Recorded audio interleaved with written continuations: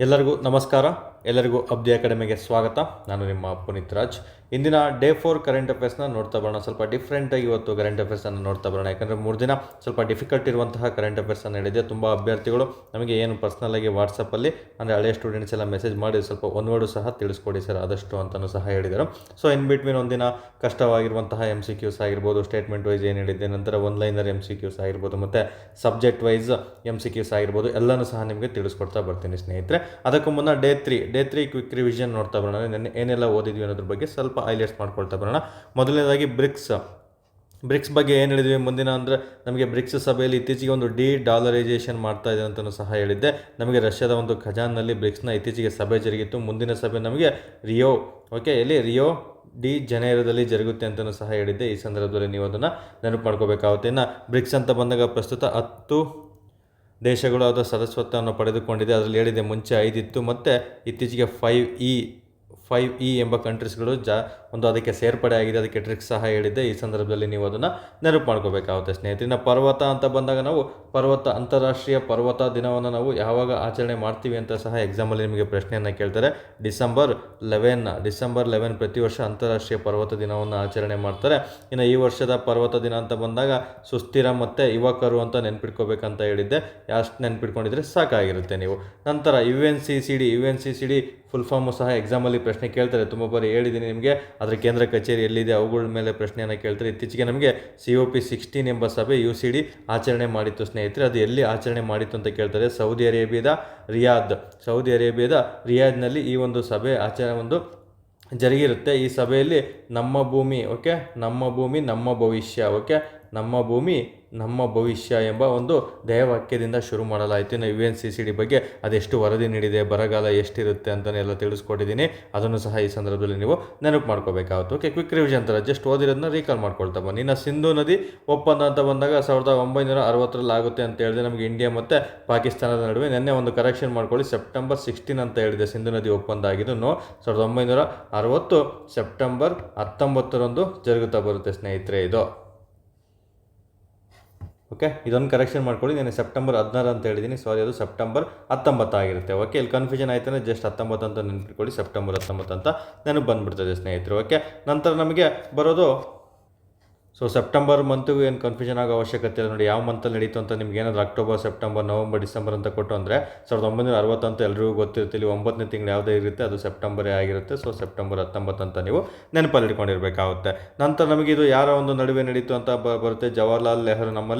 ಜವಾಹರ್ಲಾಲ್ ನೆಹರು ಮತ್ತು ಪಾಕಿಸ್ತಾನದ ಪ್ರೆಸಿಡೆಂಟ್ ಆಗಿದ್ದಂತಹ ಆಗಿನ ಕಾಲದ ಅಯೂಬ್ ಖಾನ್ ನಡುವೆ ಜರುಗುದಂಥ ಸ್ನೇಹಿತರೆ. ಇವುಗಳ ಮಧ್ಯಸ್ಥಿಕೆ ವಹಿಸಿಕೊಂಡಿದ್ದು ಯಾವ ಒಂದು ಇದು ಸಂಸ್ಥೆ ಅಂತ ಕೇಳ್ಬಿಡ್ತಾನೆ. ಅಲ್ಲಿ ನಿಮಗೆ ವರ್ಲ್ಡ್ ಬ್ಯಾಂಕ್ ಇದರ ಮಧ್ಯಸ್ಥಿಕೆಯನ್ನು ವಹಿಸ್ಕೊಂಡಿರುತ್ತೆ. ನಂತರ ನಮಗೆ ಆರ್ಕಟಿಕ್ ರಿಪೋರ್ಟ್ ಕಾರ್ಡ್ ವರದಿಯನ್ನು ಬಿಡುಗಡೆ ಮಾಡಿದವರು ಯಾರು ಅಂತ ಪ್ರಶ್ನೆಯನ್ನು ಕೇಳಲಾಗ್ತದೆ. ನಿಮಗೆ NOAA national oceanic atmospheric administration ಅಂತ ಕರಿತೀವಲ್ಲ, ಈ ಒಂದು ಸಂಸ್ಥೆ ಇತ್ತೀಚೆಗೆ ಆರ್ಕಟಿಕ್ ರಿಪೋರ್ಟ್ ಕಾರ್ಡ್ ಅಂದರೆ ಹಿಂಗೆ ಕಾರ್ಬನ್ ಡೈಆಕ್ಸೈಡ್ ಪ್ರಮಾಣವನ್ನು ಅತಿ ಹೆಚ್ಚು ಮಾಡ್ತಿದೆ. ಯಾವುದು ಫರ್ಮಾಪ್ಲಾಸ್ಟ್ ಎಂಬ ಕ್ರಿಯೆಯಿಂದ ಇದು ಅತಿ ಹೆಚ್ಚಾಗ್ತಿದೆ ಅಂತಲೂ ಸಹ ನಿಮಗೆ ತಿಳಿಸ್ಕೊಟ್ಟಿದೆ. ಅದನ್ನು ಸಹ ಈ ಸಂದರ್ಭದಲ್ಲಿ ನೆನಪು ಮಾಡ್ಕೋಬೇಕಾಗುತ್ತೆ ಸ್ನೇಹಿತರೆ. ನಂತರ ಇಂದಿನ ಒಂದು ಕರೆಂಟ್ ಅಫೇರ್ಸ್ ಸ್ವಲ್ಪ ಡಿಫ್ರೆಂಟಾಗಿ ನೋಡ್ತಾ ಬರೋಣ. ಈಗ ಆಲ್ರೆಡಿ ಹೇಳಿದಾಗೆ ತುಂಬ ಅಭ್ಯರ್ಥಿಗಳು ನಮಗೆ ವಾಟ್ಸಪ್ಪಲ್ಲಿ ಮೆಸೇಜ್ ಮಾಡಿದ ಕಾರಣ ಒನ್ ವರ್ಡ್ ಕರೆಂಟ್ ಅಫೇರ್ಸನ್ನು ಇನ್ನು ತೊಗೊಳ್ತಾ ಇದ್ದೀನಿ. ಡೈಲಿ ಒನ್ ವರ್ಡೇ ಇರೋದಿಲ್ಲ, ಒಂದಿನ ಸ್ಟೇಟ್ಮೆಂಟ್ ಬೇಸ್ ಇರುತ್ತೆ, ಒಂದಿನ ಸಬ್ಜೆಕ್ಟ್ ಬೇಸ್ ಇರುತ್ತೆ, ಒಂದಿನ ಒನ್ಲೈನರ್ ಇರುತ್ತೆ. ಈ ರೀತಿ ಪ್ಲ್ಯಾನ್ ಮಾಡ್ಕೊಳ್ತಾ ಬರ್ತಾ ಇದ್ದೀನಿ. ಎಲ್ರಿಗೂ ಸಹ ಎಕ್ಸಾಮಲ್ಲಿ ಯಾವುದೇ ದೃಷ್ಟಿಯಿಂದ ಅವ್ರು ಯಾವ ರೀತಿಯಾದರೂ ಪ್ರಶ್ನೆ ಕೇಳಿ ನಾವೆಲ್ಲ ರೀತಿಯಲ್ಲೂ ಸಿದ್ಧರಾಗಿರೋಣ. ಅದರಲ್ಲಿ ಇವತ್ತಿನ ಮೊದಲನೇ ಪ್ರಶ್ನೆ ನೋಡ್ತಾ ಬರೋಣ ಸ್ನೇಹಿತರೆ. ಒಂದು ಫೈಡ್ ವಿಶ್ವ ಚಾಂಪಿಯನ್ಶಿಪ್ ಕಪ್ ಈ ಕೆಳಗಿನ ಯಾವ ಕ್ರೀಡೆಗೆ ಸಂಬಂಧಿಸಿದೆ? ಹಾಗೆ ಸ್ವಲ್ಪ ಜನ ಮೆಸೇಜ್ ಹಾಕಿದರೆ ಯಾವತ್ತಿನ ಕರೆಂಟ್ ಅಫೇರ್ಸ್ ನೀವು ಹೇಳ್ತಾ ಇದ್ದೀರಾ ಸರ್ ಅಂತ. ನೋಡಿ, ನಾನು ಡಿಸೆಂಬರ್ ಮಂತಿಂದ ಶುರು ಮಾಡ್ಕೊಂಡಿದ್ದೀನಿ. ಡಿಸೆಂಬರ್ ಮಂತಿಂದ ಶುರು ಮಾಡಿದ್ದೀನಿ. ಯಾಕಂದರೆ ನಮಗೆ PC ಮತ್ತು PSI ಆಗಿರ್ಬೋದು, FD SD KPSCಯಿಂದ ಎಕ್ಸಾಮ್ಗಳಾಗಿರ್ಬೋದು, ಅಥವಾ KA ಡಿಪಾರ್ಟ್ಮೆಂಟಿಂದ ಎಕ್ಸಾಮ್ಗಳು ನಮಗೆ ಕರೆಯೋದು ಆಲ್ಮೋಸ್ಟ್ ನಿಮಗೆ ಮೇ ತಿಂಗಳು, ಏಪ್ರಿಲ್ ಅಂತ್ಯ ಅಥವಾ ಮೇ ತಿಂಗಳಲ್ಲಿ ನೋಟಿಫಿಕೇಶನ್ ಆಗುವಂಥ ಚಾನ್ಸಸ್ ಇದೆ. ಹಾಗಾಗಿ ಅಲ್ಲಿಂದ ನಮಗೆ ಎಕ್ಸಾಮ್ 6 ತಿಂಗಳು ಇಟ್ಕೊಂಡ್ರೂ ಸಹ ಡಿಸೆಂಬರ್ ನವಂಬರ್ ಅಥವಾ ಡಿಸೆಂಬರಲ್ಲಿ ಎಕ್ಸಾಮ್ಗಳಾಗುವಂಥ ಚಾನ್ಸಸ್ ತುಂಬಾ ಇರುತ್ತೆ. ಹಾಗಾಗಿ 1 ಇಯರ್ ಡಿಸೆಂಬರಿಂದ ನೆಕ್ಸ್ಟ್ ಒಂದು ನವಂಬರ್ವರೆಗೂ ನಾವು ಕರೆಂಟ್ ಅಫೇರ್ಸನ್ನು ಓದ್ಕೊಂಡಿರಬೇಕಾಗುತ್ತೆ ಕಂಪಲ್ಸರಿ. ಹಾಗಾಗಿ ನಾನು ಈ ಡಿಸೆಂಬರಿಂದನೇ ಈ ಒಂದು ದೃಷ್ಟಿಯಿಂದ ತೊಗೊಂಡಿದ್ದೀನಿ ಸ್ನೇಹಿತರೆ. ಹಾಗಾಗಿ ಇಲ್ಲಿಂದ ಡಿಸೆಂಬರಿಂದ ಶುರು ಮಾಡಿದ್ದೀನಿ, ಅದೊಂದು ನೆನ್ಪಿಟ್ಕೋಬೇಕು ನೀವು. ಮೊದಲನೇ ಪ್ರಶ್ನೆ ನೋಡ್ತಾ ಬರೋಣ. ಆಗಿದ್ರೆ ಫೈಡ್ ವಿಶ್ವ ಚಾಂಪಿಯನ್ಶಿಪ್ ಕಪ್ ಈ ಕೆಳಗಿನ ಯಾವ ಕ್ರೀಡೆಗೆ ಸಂಬಂಧಿಸಿದೆ? ನೋಡಿ, ಎಲ್ಲರೂ ಸಹ ಫೈಡ್ ಬಗ್ಗೆ ನೀವು ಓದಿರ್ತೀರಾ. ಇದು ಯಾವ ಕ್ರೀಡೆಗೆ ಸಂಬಂಧಪಟ್ಟಿದೆ ಅಂತ ಕೇಳಿರ್ತೀರಿ. ಯಾಕಂದರೆ ಇತ್ತೀಚೆಗೆ ಅದು ತುಂಬ ಸುದ್ದಿಯಲ್ಲಿದೆ. ನಮ್ಮ ಭಾರತೀಯನು ಸಹ ಒಂದು ವಿಶ್ವ ಚಾಂಪಿಯನ್ಶಿಪ್ ಪಟ್ಟವನ್ನು ಪಡೆದುಕೊಂಡಿದ್ದಾರೆ ಇದರಲ್ಲಿ. ಹಾಗಾದರೆ ಕ್ರಿಕೆಟಾ, ಫುಟ್ಬಾಲಾ, ಚೆಸ್ಸಾ, ಕಬಡ್ಡಿನ ಅನ್ನೋದನ್ನ ನೋಡ್ತಾ ಬರೋಣ ಸ್ನೇಹಿತರೆ. ಇಲ್ಲಿ ನಮಗೆ ಫೈಡ್ ಅಂತ ಬಂದಾಗ ಒಂದು ನೆನಪಿರಬೇಕು ನಿಮಗೆ. ಫೈಡ್ ಅಂತ ಬಂದಾಗ ಅದು ಚೆಸ್ಸಿಗೆ ಸಂಬಂಧಪಟ್ಟಂತಹ ಒಂದು ಕ್ರೀಡೆ, ಒಂದು ಪ್ರಶಸ್ತಿ ಆಗಿರುತ್ತೆ ಸ್ನೇಹಿತರೆ. ಯಾಕಂದರೆ ಚೆಸ್ ಅಂತ ಬಂದಾಗ ಇತ್ತೀಚೆಗೆ ತುಂಬ ಸುದ್ದಿಯಲ್ಲಿದ್ದಾರೆ. ಯಾರು? ಡಿ ಗುಕೇಶ್ ಅವರು ಇತ್ತೀಚೆಗೆ ಸುದ್ದಿಯಲ್ಲಿದ್ದಾರೆ. ಯಾಕಂದರೆ ಇವರು ವಿಶ್ವ ಚಾಂಪಿಯನ್ಶಿಪ್ ಪಟ್ಟವನ್ನು ಪಡೆದುಕೊಂಡಿದ್ದಾರೆ.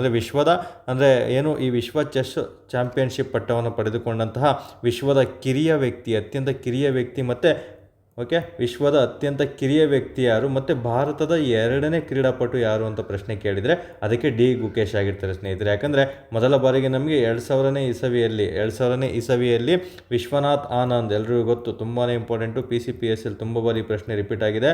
ವಿಶ್ವನಾಥ್ ಆನಂದ್ ಅಂತ ಬರ್ತಾರೆ. ಈ ವಿಶ್ವನಾಥ್ ಆನಂದ್ ಅವರು 2000ನೇ ಇಸವಿಯಲ್ಲಿ ತನ್ನ ಒಂದು 31ನೇ ವಯಸ್ಸಿನಲ್ಲಿ ಮೊದಲ ಬಾರಿಗೆ ವಿಶ್ವ ಚಾಂಪಿಯನ್ಶಿಪ್ ಪಟ್ಟವನ್ನು ಪಡೆದುಕೊಂಡಿರ್ತಾರೆ. ಯಾವುದರಲ್ಲಿ? ವಿಶ್ವ ಚಾಂಪಿಯನ್ಶಿಪ್ ಪಟ್ಟವನ್ನು ಚೆಸ್ನಲ್ಲಿ ಅವರು ಪಡೆದುಕೊಂಡಿರ್ತಾರೆ 2000ನೇ ಇಸ್ವಿಯಲ್ಲಿ. ಹಾಗಾಗಿ ಮೊದಲು ವಿಶ್ವನಾಥ್ ಆನಂದ್, ನಂತರ ನಮ್ಮ ಭಾರತೀಯ 2ನೇ ಯಾರು ಅಂತ ಕೇಳಿದರೆ ಡಿ ಗುಕೇಶ್ ಆಗಿರ್ತಾರೆ. ಅತ್ಯಂತ ಕಿರಿಯ ವ್ಯಕ್ತಿ ಯಾರು ಅಂತ ಕೇಳಿದರೆ ವಿಶ್ವದಲ್ಲೇ ನಮ್ಮ ಡಿ ಗುಕೇಶ್ ಆಗಿರ್ತಾರೆ. ಭಾರತದಲ್ಲೇ ಕಿರಿಯ ವ್ಯಕ್ತಿ ಯಾರು ಅಂತ ಕೇಳಿದರೂ ಸಹ ಡಿ ಗುಕೇಶ್ ಆಗಿರ್ತಾರೆ. ಏಷ್ಯಾದಲ್ಲೇ ಕಿರಿಯ ವ್ಯಕ್ತಿ ಯಾರು ಅಂತ ಕೇಳಿದರೂ ಸಹ ಡಿ ಗುಕೇಶೇ ಉತ್ತರ ಆಗಿರುತ್ತೆ. ಯಾವ ರೀತಿ ಯಾರು ಪ್ರಶ್ನೆ ಕೇಳಿ ನೀವು ರೆಡಿ ಆಗಿರಬೇಕು. ನಂತರ ಇಂಡೈರೆಕ್ಟ್ ಯಾವ ರೀತಿ ಪ್ರಶ್ನೆ ಕೇಳ್ತಾನೆ? ಇಂಡೈರೆಕ್ಟ್ ನಿಮಗೆ ಡಿ ಗುಕೇಶ್ ಮತ್ತು ವಿಶ್ವನಾಥ್ ಈ ಕೆಳಗಿನ ಯಾವ ಕ್ರೀಡೆಗೆ ಸಂಬಂಧಪಟ್ಟಿದ್ದಾರೆ ಅಂತಲೂ ಕೇಳ್ತಾರೆ. ಚೆಸ್ ಕ್ರೀಡೆಗೆ ಸಂಬಂಧಪಟ್ಟಿರ್ತಾರೆ ಸ್ನೇಹಿತರೆ. ಚೆಸ್ ಅಂತ ಬಂದಾಗ ನಮಗೆ ಕೇಳ್ತಾನೆ ಚೆಸ್ ಬೋರ್ಡಲ್ಲಿ ಎಷ್ಟು ಬಾಕ್ಸ್ಗಳಿರ್ತಾವೆ ಅಂತ ಕೇಳ್ತಾರೆ. ನಮಗೆ 8x8. ಚೆಸ್ ಬೋರ್ಡಲ್ಲಿ ನಮಗೆ 64 ಬಾಕ್ಸ್ಗಳನ್ನು ಒಳಗೊಂಡಿರುತ್ತೆ. ತುಂಬಾ ಇಂಪಾರ್ಟೆಂಟ್, ಎಲ್ಲರೂ ಸಹ ಓದಿರ್ತೀರ. ಚೆಸ್ ಬೋರ್ಡ್ ಅಂತ ಈ ರೀತಿ ಇರುತ್ತೆ. ಅದರಲ್ಲಿ ಎಷ್ಟು ಬಾಕ್ಸ್ ಒಳಗೊಂಡಿದೆ ಅಂತ ಕೇಳಿದರೆ 64. ಹಿಂಗೆ 8 ಇರುತ್ತೆ, ಹಿಂಗೆ 8 ರೋ ಇರುತ್ತೆ. ಸೊ 64 ಇರುತ್ತೆ ಅನ್ನೋದನ್ನ ನೀವು ನೆನಪಲ್ಲಿ ಇಟ್ಕೊಂಡಿರಬೇಕಾಗುತ್ತೆ ಸ್ನೇಹಿತರೆ. ಚೆಸ್ ಅಂತ ಬಂದಾಗ ನಮಗೆ ಇದೊಂದು ಪ್ರಪಂಚದ ಒಂದು ಟ್ರೋಫಿ ಆಯಿತು. ಅದೇ ಥರ ಭಾರತದಲ್ಲಿ ಚೆಸ್ಗೆ ಸಂಬಂಧಪಟ್ಟಂತೆ ಯಾವೆಲ್ಲ ಕ್ರೀಡೆಗಳಿದ್ದಾವೆ ಅನ್ನೋದ್ರ ಮೇಲೆ ನಿಮಗೆ ಪ್ರಶ್ನೆಗಳನ್ನು ಕೇಳ್ತಾರೆ. ಒಂದು ನಾಯ್ಡು ಟ್ರೋಫಿ ಅಂತ ಬರುತ್ತೆ. ನಾಯ್ಡು ಟ್ರೋಫಿ ಇದು ನೋಡಿ, KPSCಗೆ ಓದೋಂಥ ಅವಶ್ಯಕತೆ ಇಲ್ಲ. ಬಟ್ PCPSC ಅಂತ ಬಂದಾಗ ಈ ರೀತಿ ಸ್ಪೋರ್ಟ್ಸಲ್ಲಿ ಆಕ್ಟಿವ್ ಆಗಿರಬೇಕಾಗಿ ಇಂಥ ಪ್ರಶ್ನೆಗಳನ್ನು ಕೇಳ್ತಾ ಬರ್ತಾರೆ ಸ್ನೇಹಿತರೆ. ನಾಯ್ಡು ಟ್ರೋಫಿ ಮತ್ತು ಕೈಟಾನ್ ಟ್ರೋಫಿ ಯಾವ ಕ್ರೀಡೆಗೆ ಸಂಬಂಧಪಟ್ಟಿದೆ ಅಂತ ಕೇಳ್ತಾನೆ? ಚೆಸ್ ಕ್ರೀಡೆಗೆ ಸಂಬಂಧಪಟ್ಟಿದ್ದು. ಮ್ಯಾಕ್ಸಿಮಮ್ ಫೈಡ್ ಅಂತಲೇ ಕೇಳ್ತಾನೆ. ನೋಡಿ, ಇಷ್ಟೆಲ್ಲ ಓದ್ಕೊಂಡಿರ್ತೀರಾ, ಅವ್ರು ಡೈರೆಕ್ಟ್ ನೀವು ಇದನ್ನು ಗಮನಿಸಿರಲ್ಲ ಓದ್ಬೇಕಾದ್ರೆ ಫ್ರೆಷರ್ಸ್ಗಳು. ಫೈಡ್ ಅಂದರೆ ಏನು ಅಂತ. ಆ ಫೈಡ್ ವಿಶ್ವ ಚಾಂಪಿಯನ್ಶಿಪ್ ಯಾವ ಕ್ರೀಡೆಗೆ ಸಂಬಂಧಪಟ್ಟಿದೆ ಅಂತ ಕೇಳಿದಾಗ ಚೆಸ್ ಕ್ರೀಡೆಗೆ ಸಂಬಂಧಪಟ್ಟಿದೆ ಅನ್ನೋದನ್ನ ನೀವು ನೆನಪಲ್ಲಿ ಇಟ್ಕೊಂಡಿರಬೇಕಾಗುತ್ತೆ ಸ್ನೇಹಿತರೆ. ಇನ್ನು ಚೆಸ್ ಕ್ರೀಡೆಯಲ್ಲಿ ಬಳಸುವಂತಹ ಪದಗಳ ಮೇಲೆ ಪ್ರಶ್ನೆಯನ್ನು ಕೇಳಲಾಗ್ತದೆ. ನೋಡಿ, ಸ್ಪೋರ್ಟ್ಸ್ ಅಂತ ಬಂದಾಗ ಯಾವ ಕ್ರೀಡೆಗೆ ಸಂಬಂಧಪಟ್ಟಂತಹ ಪ್ರಶಸ್ತಿಗಳನ್ನು ಕೇಳ್ತಾ ಬರ್ತಾನೆ, ಮತ್ತು ಅದರಲ್ಲಿ ಬರುವಂಥ ಪ್ರಮುಖ ವ್ಯಕ್ತಿಗಳನ್ನು ಕೇಳ್ತಾ ಬರ್ತಾನೆ, ಮತ್ತು ಅದರಲ್ಲಿ ಬಳಸುವಂಥ ಪ್ರಮುಖ ಪದಗಳನ್ನು ಕೇಳ್ತಾನೆ. ನಂತರ ಅದರಲ್ಲಿ ಎಷ್ಟು ಜನ ಆಟಗಾರರಿದ್ದರು ಅನ್ನೋದ್ರ ಬಗ್ಗೆಯೂ ನಿಮಗೆ ಪ್ರಶ್ನೆಗಳನ್ನು ಕೇಳಲಾಗ್ತದೆ. ಆಗ ಚೆಸ್ಸಲ್ಲಿ ತುಂಬ ಇಂಪಾರ್ಟೆಂಟಾಗಿ ಬಳಸುವಂತಹ ಪದಗಳು ತುಂಬಾ ಇಂಪಾರ್ಟೆಂಟಾಗಿ ಎಕ್ಸಾಮಲ್ಲಿ ಪದೇ ರಿಪೀಟ್ ಆಗಿರೋದು 3 ಇದ್ದಾವೆ. ಅವನ್ನು ನೀವು ನೋಟ್ ಮಾಡಿಟ್ಕೊಂಡಿರಬೇಕಾಗುತ್ತೆ. ಒಂದು ಗ್ಯಾಂಬಿಟ್. ಗ್ಯಾಂಬಿಟ್ ಎಂಬ ಪದವನ್ನು ಯಾವ ಕ್ರೀಡೆಯಲ್ಲಿ ಬಳಸುತ್ತಾರೆ ಅಂತ ಪ್ರಶ್ನೆ ಕೇಳ್ತಾರೆ? ಚೆಸ್ ಆಗಿರುತ್ತೆ. ಇನ್ನು ಚೆಕ್ಮೇಟ್, ಎಲ್ರಿಗೂ ಗೊತ್ತಿರುತ್ತೆ ಚೆಕ್ಮೇಟ್. ನಂತರ ನಿಮಗೆ ಬರೋದೆ ಬಿಷನ್. ಬಿಷಫ್ ಅಂತ ಬರುತ್ತೆ. ಬಿಷಫ್. ಇವು 3 ಪದಗಳು ಚೆಸ್ ಕ್ರೀಡೆಯಲ್ಲಿ ಬಳಸುವಂತಹ ಪದಗಳಾಗಿರ್ತವೆ. ನೆನಪಲ್ಲಿರಬೇಕು ಸ್ನೇಹಿತರೆ. ಇಷ್ಟೂ ಸಹ ಅಂಶಗಳು ಚೆಸ್ ಅಂತ ಬಂದಾಗ ನೀವು ನೆನಪಲ್ಲಿಟ್ಕೊಂಡಿರಬೇಕಾಗುತ್ತೆ. ನಂತರ ನಮಗೆ ಇಲ್ಲಿ ಕ್ರಿಕೆಟ್ ಅಂತಿದೆ. ಕ್ರಿಕೆಟಲ್ಲಿ ಎಷ್ಟು ಜನ ಆಡ್ತಾರೆ ಅಂತ ಎಲ್ರಿಗೂ ಗೊತ್ತು. 11 ಜನ ಕ್ರಿಕೆಟನ್ನು ಆಡ್ತಾ ಬರ್ತಾರೆ ಸ್ನೇಹಿತರೆ. ಇನ್ನು ಕಬಡ್ಡಿ ಅಂತ ಬಂದಾಗ ಕಬಡ್ಡಿಯಲ್ಲಿ ಎಷ್ಟು ಜನ ಇರ್ತಾರೆ ಅನ್ನೋದು ನಿಮಗೆ ಎಕ್ಸಾಮಲ್ಲಿ ಪ್ರಶ್ನೆ ಕೇಳಲಾಗ್ತದೆ. ಅದನ್ನು ನಿಮಗೆ ಟಾಸ್ಕ್ ಕೊಡ್ತಾ ಇದ್ದೀನಿ. ಇನ್ನು ಫುಟ್ಬಾಲ್ ಅಂತ ಬಂದಾಗ ಇಲ್ಲೂ ಸಹ ಎಷ್ಟು ಜನ ಕ್ರೀಡೆಯಲ್ಲಿ ಆಡ್ತಾರೆ? ಯೂಶಲಿ 11 ಜನನೇ ಆಡಿರ್ತಾರೆ. ಅದೇ ರೀತಿ ಎಲ್ಲ ಸ್ಪೋರ್ಟ್ಸಲ್ಲೂ ಸಹ ಯಾರು ಕ್ರೀಡೆಯಲ್ಲಿ ಎಷ್ಟು ಜನ ಇದ್ದಾರೆ ಅನ್ನೋದ್ರ ಬಗ್ಗೆ ನೀವು ಮಾಹಿತಿಯನ್ನು ತಿಳ್ಕೊಂಡಿರಬೇಕಾಗುತ್ತೆ. ಅದು ಇಂಪಾರ್ಟೆಂಟ್ ಆಗಿರುತ್ತೆ. ನಂತರ ಮುಂದಿನ ಒಂದು ಪ್ರಶ್ನೆಗೆ ಹೋಗ್ತಾ ಬರೋಣ. ಮುಂದಿನ ಪ್ರಶ್ನೆ ಹೀಗಿದೆ. ಇದಂತೂ 100% PCPSC FDSTಗೆ ಪ್ರಶ್ನೆ ಆಗುವಂತಹ ಸಾಧ್ಯತೆಗಳು ತುಂಬಾ ಇರುವಂತಹ ಪ್ರಶ್ನೆ ಆಗಿರುತ್ತೆ ಇದು. RBIನ ನೂತನ ಗವರ್ನರ್ ಜನರಲ್ ಯಾರು? ನೋಡಿ, ನಾವು ಸಬ್ಜೆಕ್ಟ್ ವೈಸ್ ಅಂತ ಬಂದಾಗ ಇದನ್ನು ಸಹ ಎಕನಾಮಿಕ್ಸ್ ಟಾಪಿಕ್ಸಿಗೆ ಇನ್ಕ್ಲೂಡ್ ಆಗುತ್ತೆ ಸ್ನೇಹಿತರೆ. ಎಕನಾಮಿಕ್ಸಲ್ಲಿ ನೀವು ಇದನ್ನು ನೋಟ್ ಮಾಡ್ಕೋಬೇಕಾಗುತ್ತೆ. ಯಾರಾದರೂ ನೋಟ್ಸ್ ಮಾಡ್ತಾ ಇದ್ದರೆ ನೋಡಿ, ನಾನು ಹೇಳುವಂಥದ್ದು ಜಿಯೋಗ್ರಫಿ ಅಂತ ಬಂದಾಗ ಒಂದು ಕಡೆ ಜಿಯೋಗ್ರಫಿ ನೋಟ್ಸ್ ಮಾಡ್ಕೊಳ್ಳಿ. ಏನಾದರೂ ಪೊಲಿಟಿ ರಿಲೇಟೆಡ್ ಹೇಳಿದರೆ ಪೊಲಿಟಿ ಕರೆಂಟ್ ಅಫೇರ್ಸ್ನ ಒಂದು ಕಡೆ ನೋಟ್ಸ್ ಮಾಡಿ ಇಟ್ಕೋಬೇಕು. ಇದೇ ರೀತಿ ಸಬ್ಜೆಕ್ಟ್ ವೈಸ್ ಒಂದು ಕಡೆ ನೋಟ್ಸ್ ಮಾಡಿ ಇಟ್ಕೊಳ್ಳಿ. ಅದನ್ನು ಸಹ ನಿಮಗೆ ತುಂಬ ಉಪಯುಕ್ತ ಆಗುತ್ತೆ. ಯಾಕಂದರೆ ಎಲ್ಲನೂ ಲಿಂಕ್ ಮಾಡ್ಕೊಳ್ತಾ ಬರ್ಬೋದು ನೀವು. ನಂತರ ಇಂದಿನ ಪ್ರಶ್ನೆ, RBIನ ಒಂದು ನೂತನ ಗವರ್ನರ್ ಜನರಲ್ ಯಾರು, ಅಂದರೆ ಗವರ್ನರ್ ಯಾರು ಆಗಿದ್ದಾರೆ ಅಂತ ನಿಮಗೆ ಪ್ರಶ್ನೆಯನ್ನು ಕೇಳಲಾಗ್ತದೆ ಸ್ನೇಹಿತರೆ. ನಮಗೆ ಇತಿಹಾಸ ಕ್ಲಾಸ್ ಮಾಡಿ ಗವರ್ನರ್ ಜನರಲ್ ಅಂತಲೇ ಬರ್ತಾ ಇದೆ. ನಂತರ RBIನ ನೂತನ ಗವರ್ನರ್ ಯಾರು ಅಂತ ಕೇಳಿದರೆ ಇಲ್ಲಿ ಆಪ್ಷನನ್ನು ಕೊಟ್ಟಿದ್ದಾರೆ: ಶಕ್ತಿ ಇದು ಶಕ್ತಿಕಾಂತ್ ಆಗಬೇಕು. ಓಕೆ, ಶಕ್ತಿಕಾಂತ್ ದಾಸ್ ಆಗಿರ್ಬೋದು, ಸಂಜಯ್ ಮಲ್ಹೋತ್ರನ ಅಥವಾ ಸಿ ಡಿ ದೇಶ್ಮುಖ ಅಥವಾ ಅರವಿಂದ್ ಪನಾಗರಿಯನ ಅಂತ ನಿಮಗೆ ಪ್ರಶ್ನೆಗಳನ್ನು ಇಲ್ಲಿ ಕೇಳಲಾಗಿದೆ. ಸೊ ಇಲ್ಲಿ ಆ ಸರಿ ಉತ್ತರ ನೋಡ್ತಾ ಬರೋಣ. ಶಕ್ತಿಕಾಂತ್ ದಾಸ್ ಅಂತ ಬಂದಾಗ ನಮಗೆ ಇವರು ಒಂದು 25ನೇ ಗವರ್ನರ್ ಜನರಲ್ ಆಗಿರ್ತಾರೆ. ಸಂಜಯ್ ಮಲ್ಹೋತ್ರ 26ನೇ ಗವರ್ನರ್ ಜನರಲ್ ಆಗಿರ್ತಾರೆ. ಸಿ ಡಿ ದೇಶ್ಮುಖ್ ಅಂತ ಬಂದಾಗ ಇವರು ಭಾರತದ ಒಂದು ಮೊದಲನೇ ಗವರ್ನರ್ ಜನರಲ್ ಯಾರು ಅಂತ ಕೇಳಿದರೆ, ಫಸ್ಟ್ ಗವರ್ನರ್ ಜನರಲ್ ಯಾರು ಅಂತ ಕೇಳಿದರೆ ಸಿ ಡಿ ದೇಶ್ಮುಖ್ ಆಗಿರ್ತಾರೆ ಸ್ನೇಹಿತರೆ. ಇನ್ನು ಅರವಿಂದ್ ಪನಾಗರಿ ಅಂತ ಬಂದಾಗ ಇತ್ತೀಚೆಗೆ 16th finance commission, okay, 16th finance commission ಅಂತ ಬಂದಾಗ 16ನೇ ಹಣಕಾಸು ಆಯೋಗದ ಅಧ್ಯಕ್ಷರು ಯಾರು, ಅರವಿಂದ್ ಪನಾಗರಿ ಆಗಿರ್ತಾರೆ. ಹಾಗಾದರೆ ಸರಿ ಉತ್ತರ ಯಾವುದಾಗಿರುತ್ತೆ ಇಲ್ಲಿ ನಮಗೆ 26ನೇ ಒಂದು RBIನ ನೂತನ ಗವರ್ನರ್ ಯಾರು ಅಂತ ಕೇಳಿದರೆ ಸಂಜಯ್ ಮಲ್ಹೋತ್ರ ಆಗಿರ್ತಾರೆ. ನೆನಪಲ್ಲಿರಬೇಕು, ಸಂಜಯ್ ಮಲ್ಹೋತ್ರ ಅಂತ ಬಂದಾಗ ಇತ್ತೀಚೆಗೆ ನಮಗೆ 26ನೇ ಗವರ್ನರ್ ಆಗಿ RBIಗೆ ಆಯ್ಕೆ ಆಗಿರ್ತಾರೆ ಸ್ನೇಹಿತರೆ. ಇದು ಪ್ರಶ್ನೆ 100% ಕೇಳ್ತಾರೆ, ನೆನಪಲ್ಲಿರಬೇಕು. ಸಿ ಡಿ ದೇಶ್ಮುಖ್ ಅಂತ ಬಂದಾಗ ಇವ್ರ ಬಗ್ಗೆಯೂ ಸಹ ನಿಮಗೆ ಪ್ರಶ್ನೆ ಕೇಳ್ತಾನೆ. ಭಾರತದ ಅಂದರೆ RBIನ ಮೊದಲ ಭಾರತೀಯ ಗವರ್ನರ್ ಯಾರು? ನಮಗೆ ಇಲ್ಲಿ RBIಲಿ 2 ಜನ ಮೊದಲಿಗೆ ಬರ್ತಾರೆ. ಯಾರು ಅಂತ ನೋಡ್ತಾ ಬರೋಣ. ಒಬ್ಬರು sir Osborne, okay, sir Osborne A Smith ಅಂತ ಒಬ್ಬರು ಬರ್ತಾರೆ. ನಂತರ ಸಿ ಡಿ ದೇಶ್ಮುಖ್, ಇವರಿಬ್ಬರ ಬಗ್ಗೆ ಯಾವಾಗಲೂ ಕನ್ಫ್ಯೂಷನ್ ಫ್ರೆಷರ್ಸಿಗೆ ಆಗ್ತಾ ಇರುತ್ತೆ, ಹಾಗಾಗಿ ಇದನ್ನು ಹೇಳ ಬಯಸ್ತೀನಿ ಸ್ನೇಹಿತರೆ. ಸರ್ ಓಸ್ಟನ್ ಎ ಸ್ಮಿತ್ ಅಂತ ಬಂದಾಗ ಇವರು ನಮಗೆ RBIನ ಮೊದಲ ಗವರ್ನರ್ ಯಾರು ಅಂತ ಕೇಳಿದರೆ ಓಸ್ಟೋನ್ ಸ್ಮಿತ್ ಅವರಾಗಿರ್ತಾರೆ. ನೆನಪಲ್ಲಿ ಇಟ್ಕೋಬೇಕು. OA ಸ್ಮಿತ್ ಅಂತಲೂ ಸಹ ಕೆಲವೊಮ್ಮೆ ಆಪ್ಷನ್ ಕೊಡ್ತಾರೆ, ಅಲ್ಲೂ ಕನ್ಫ್ಯೂಷನ್ ಮಾಡ್ಕೋಬೋದು. ಶಾರ್ಟ್ ಫಾರ್ಮಲ್ಲಿ OA ಸ್ಮಿತ್ ಅಂತಲೂ ಸಹ ಕರೀತಾರೆ. ನಂತರ ಸಿ ಡಿ ದೇಶ್ಮುಖ್ ಅಂತ ಬರ್ತಾರೆ. ಸಿ ಡಿ ದೇಶ್ಮುಖ್ ಅಂದರೆ ಸರ್ ಚಿಂತಾಮನ್ ಡಿ ದೇಶ್ಮುಖ್ ಅಂತಲೂ ಸಹ ಕರೀತಾರೆ. ನೋಡಿ, ಮೊದಲ RBI ಗವರ್ನರ್ ಯಾರು ಅಂತ ಕೇಳಿದರೆ ಇವರಾಗಿರ್ತಾರೆ. RBIನ ಭಾರತದ ಮೊದಲ RBI ಗವರ್ನರ್ ಯಾರು ಅಂತ ಕೇಳಿದರೆ ಅದು ಸಿ ಡಿ ದೇಶ್ಮುಖ್ ಅವರಾಗಿರ್ತಾರೆ ಸ್ನೇಹಿತರೆ. ನಂತರ ಇತ್ತೀಚೆಗೆ ಸಂಜಯ್ ಮಲ್ಹೋತ್ರ RBI ಗವರ್ನರ್ ಆಗಿ ಆಯ್ಕೆ ಆಗಿದ್ದಾರೆ. ಇವರು ಎಷ್ಟನೇ ಗವರ್ನರ್ ಅಂತ ಕೇಳಿದರೆ 26ನೇ ಗವರ್ನರ್ ಆಗಿ ಆಯ್ಕೆ ಆಗಿರ್ತಾರೆ. Reserve bank of India, RBI ಅಂದರೆ ಫುಲ್ ಫಾರ್ಮ್ ಎಕ್ಸಾಮಲ್ಲಿ ತುಂಬ ಬಾರಿ ಕೇಳಿದ್ದಾನೆ. ರಿಸರ್ವ್ ಬ್ಯಾಂಕ್ ಆಫ್ ಇಂಡಿಯಾ ಆಗಿರ್ತದೆ. ಇದು ಎಷ್ಟರಲ್ಲಿ ಸ್ಥಾಪನೆ ಆಯಿತು ಅಂತ ಕೇಳ್ತಾನೆ. 1934ರ RBI ಕಾಯ್ದೆಯ ಮೂಲಕ 1935 ಏಪ್ರಿಲ್ 1 ಅನ್ನೋದು ಸಹ ಇಲ್ಲಿ ಇಂಪಾರ್ಟೆಂಟ್ ಆಗಿರುತ್ತೆ, ನೆನಪಲ್ಲಿರಬೇಕು. 1935 ಏಪ್ರಿಲ್ 1ರಂದು RBI ಸ್ಥಾಪನೆ ಆಗಿರುತ್ತೆ. ಯಾವ ಕಾಯ್ದೆಯ ಮೂಲಕ ಜಾರಿ ಆಯಿತು ಅಂತ ಪ್ರಶ್ನೆ ಕೇಳ್ತಾರೆ ನಿಮಗೆ. 1934ರ ಕಾಯ್ದೆ, RBI ಕಾಯ್ದೆಯ ಮೂಲಕ ಇದು 1935 ಏಪ್ರಿಲ್ 1ರಂದು ಸ್ಥಾಪನೆ ಆಗ್ತಾ ಬರುತ್ತೆ ಸ್ನೇಹಿತರೆ. ನಂತರ ಇದೊಂದು ನಮಗೆ ಎಷ್ಟರಲ್ಲಿ ರಾಷ್ಟ್ರೀಕರಣಗೊಳಿಸಲಾಯಿತು RBI ಅಂತ ಪ್ರಶ್ನೆ ಕೇಳ್ತಾನೆ. 1949 ಜನವರಿ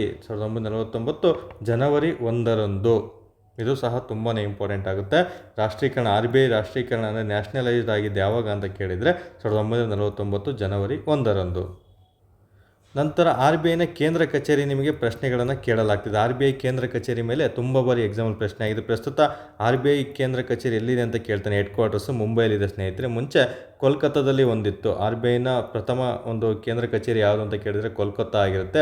ಇದನ್ನು 1937ರಲ್ಲಿ ಕೋಲ್ಕತ್ತಾದಿಂದ ಮುಂಬೈಗೆ ಶಿಫ್ಟ್ ಮಾಡಲಾಗ್ತದೆ ಸ್ನೇಹಿತರೆ. ಇದರಲ್ಲಿ 4 ಪ್ರಾದೇಶಿಕ ಕಚೇರಿಯನ್ನು ಹೊಂದಿದೆ. RBI 4 ಪ್ರಾದೇಶಿಕ ಕಚೇರಿಗಳನ್ನು ಒಳಗೊಂಡಿದೆ. ಅವು ಎಲ್ಲೆಲ್ಲಿ ಅಂತ ಇದುವರೆಗೆ ಯಾವತ್ತೂ ಪ್ರಶ್ನೆ ಆಗಿಲ್ಲ, ಬಟ್ ಕೇಳಿದರೂ ಸಹ ಕೇಳ್ಬೋದು. ಮುಂಬೈಯಲ್ಲಾಗಿರ್ಬೋದು, ಕೋಲ್ಕತ್ತಾದಲ್ಲಾಗಿರ್ಬೋದು, ಚೆನ್ನೈಯಲ್ಲಾಗಿರ್ಬೋದು, ದೆಹಲಿಯಲ್ಲಾಗಿರ್ಬೋದು, 4 ಸಹ ಒಂದು ಪ್ರಾದೇಶಿಕ ಕಚೇರಿಗಳನ್ನು RBI ಹೊಂದಿರುತ್ತೆ. ಅದನ್ನು ಸಹ ಸ್ವಲ್ಪ ಮಟ್ಟಿಗೆ ಇಂಪಾರ್ಟೆಂಟ್ ಆಗಿರುತ್ತೆ. ಇನ್ನು RBI ಅಂತ ಬಂದ ಸಬ್ಜೆಕ್ಟ್ ವೈಸ್ ಯಾವ ರೀತಿ ನಿಮಗೆ ಪ್ರಶ್ನೆಗಳನ್ನು ಕೇಳ್ತಾರೆ, RBIನ ಯಾವ ರೀತಿ ಆಯ್ಕೆ ಮಾಡಲಾಗ್ತದೆ ಅಂತ ನಿಮಗೆ ಪ್ರಶ್ನೆಗಳನ್ನು ಕೇಳಲಾಗ್ತದೆ ಸ್ನೇಹಿತರೆ. ಏನು ಈ ಕೇಂದ್ರ ಹಣಕಾಸು ಸಚಿವಾಲಯ ಶಿಫಾರಸ್ಸಿನ ಮೇರೆಗೆ ಪ್ರಧಾನಮಂತ್ರಿಗಳು RBI ಗವರ್ನರನ್ನು ನೇಮಿಸುತ್ತಾರೆ. ಅಂದರೆ ನಮಗೆ ಈ ಒಂದು ಪ್ರಧಾನಮಂತ್ರಿ ಕಚೇರಿಯಲ್ಲಿ ಬರುತ್ತಲ್ಲ, ಅಲ್ಲಿ ನಮಗೆ ಈ ಕೇಂದ್ರ ಹಣಕಾಸು, ಯಾಕಂದರೆ ಇದೆಲ್ಲ ಹಣಕಾಸಿಗೆ ಸಂಬಂಧಪಟ್ಟಂತಲ್ಲ, ಈ ಕೇಂದ್ರ ಹಣಕಾಸು ಸಚಿವಾಲಯದ ಶಿಫಾರಸ್ಸಿನ ಮೇರೆಗೆ RBI ಗವರ್ನರ್ಗಳನ್ನು ರಚನೆ ಮಾಡಲಾಗ್ತದೆ, ಅದನ್ನು ನೇಮಕ ಮಾಡಲಾಗ್ತದೆ. ನೆನಪಲ್ಲಿಟ್ಕೊಂಡಿರ್ಬೇಕು. ಇದನ್ನು ಸಹ ಎಕ್ಸಾಮಲ್ಲಿ ಪ್ರಶ್ನೆ ನಿಮಗೆ ಕೇಳಲಾಗ್ತದೆ. ಓಕೆ, ಇನ್ನು ಇವರ ಅಧಿಕಾರಾವಧಿ ಎಷ್ಟು ವರ್ಷ ಇರುತ್ತೆ ಅಂತ ಪ್ರಶ್ನೆ ಕೇಳ್ತೇನೆ. RBI ಗವರ್ನರ್ನ ಅಧಿಕಾರಾವಧಿ 3 ವರ್ಷ ಇರುತ್ತೆ ಸ್ನೇಹಿತರೆ. ಕೆಲವೊಮ್ಮೆ ಇಫ್ ಇನ್ ಕೇಸ್ ಎಕ್ಸ್ಟೆಂಡ್ ಮಾಡೋದಾದರೆ ಮ್ಯಾಕ್ಸಿಮಮ್ 5 ವರ್ಷ ತನಕನೂ ಇವನ್ನ ಎಕ್ಸ್ಟೆಂಡ್ ಮಾಡ್ಬೋದು, ಬಟ್ ಅಧಿಕೃತವಾಗಿ 3 ವರ್ಷ ಮಾತ್ರ ಅನ್ನೋದನ್ನ ನೆನಪಿಟ್ಕೋಬೇಕು. ಇನ್ನು RBI ಎಷ್ಟು ಜನ ಸದಸ್ಯರನ್ನು ಒಳಗೊಂಡಿರುತ್ತೆ ಅಂತ ಪ್ರಶ್ನೆ ಕೇಳ್ತಾರೆ.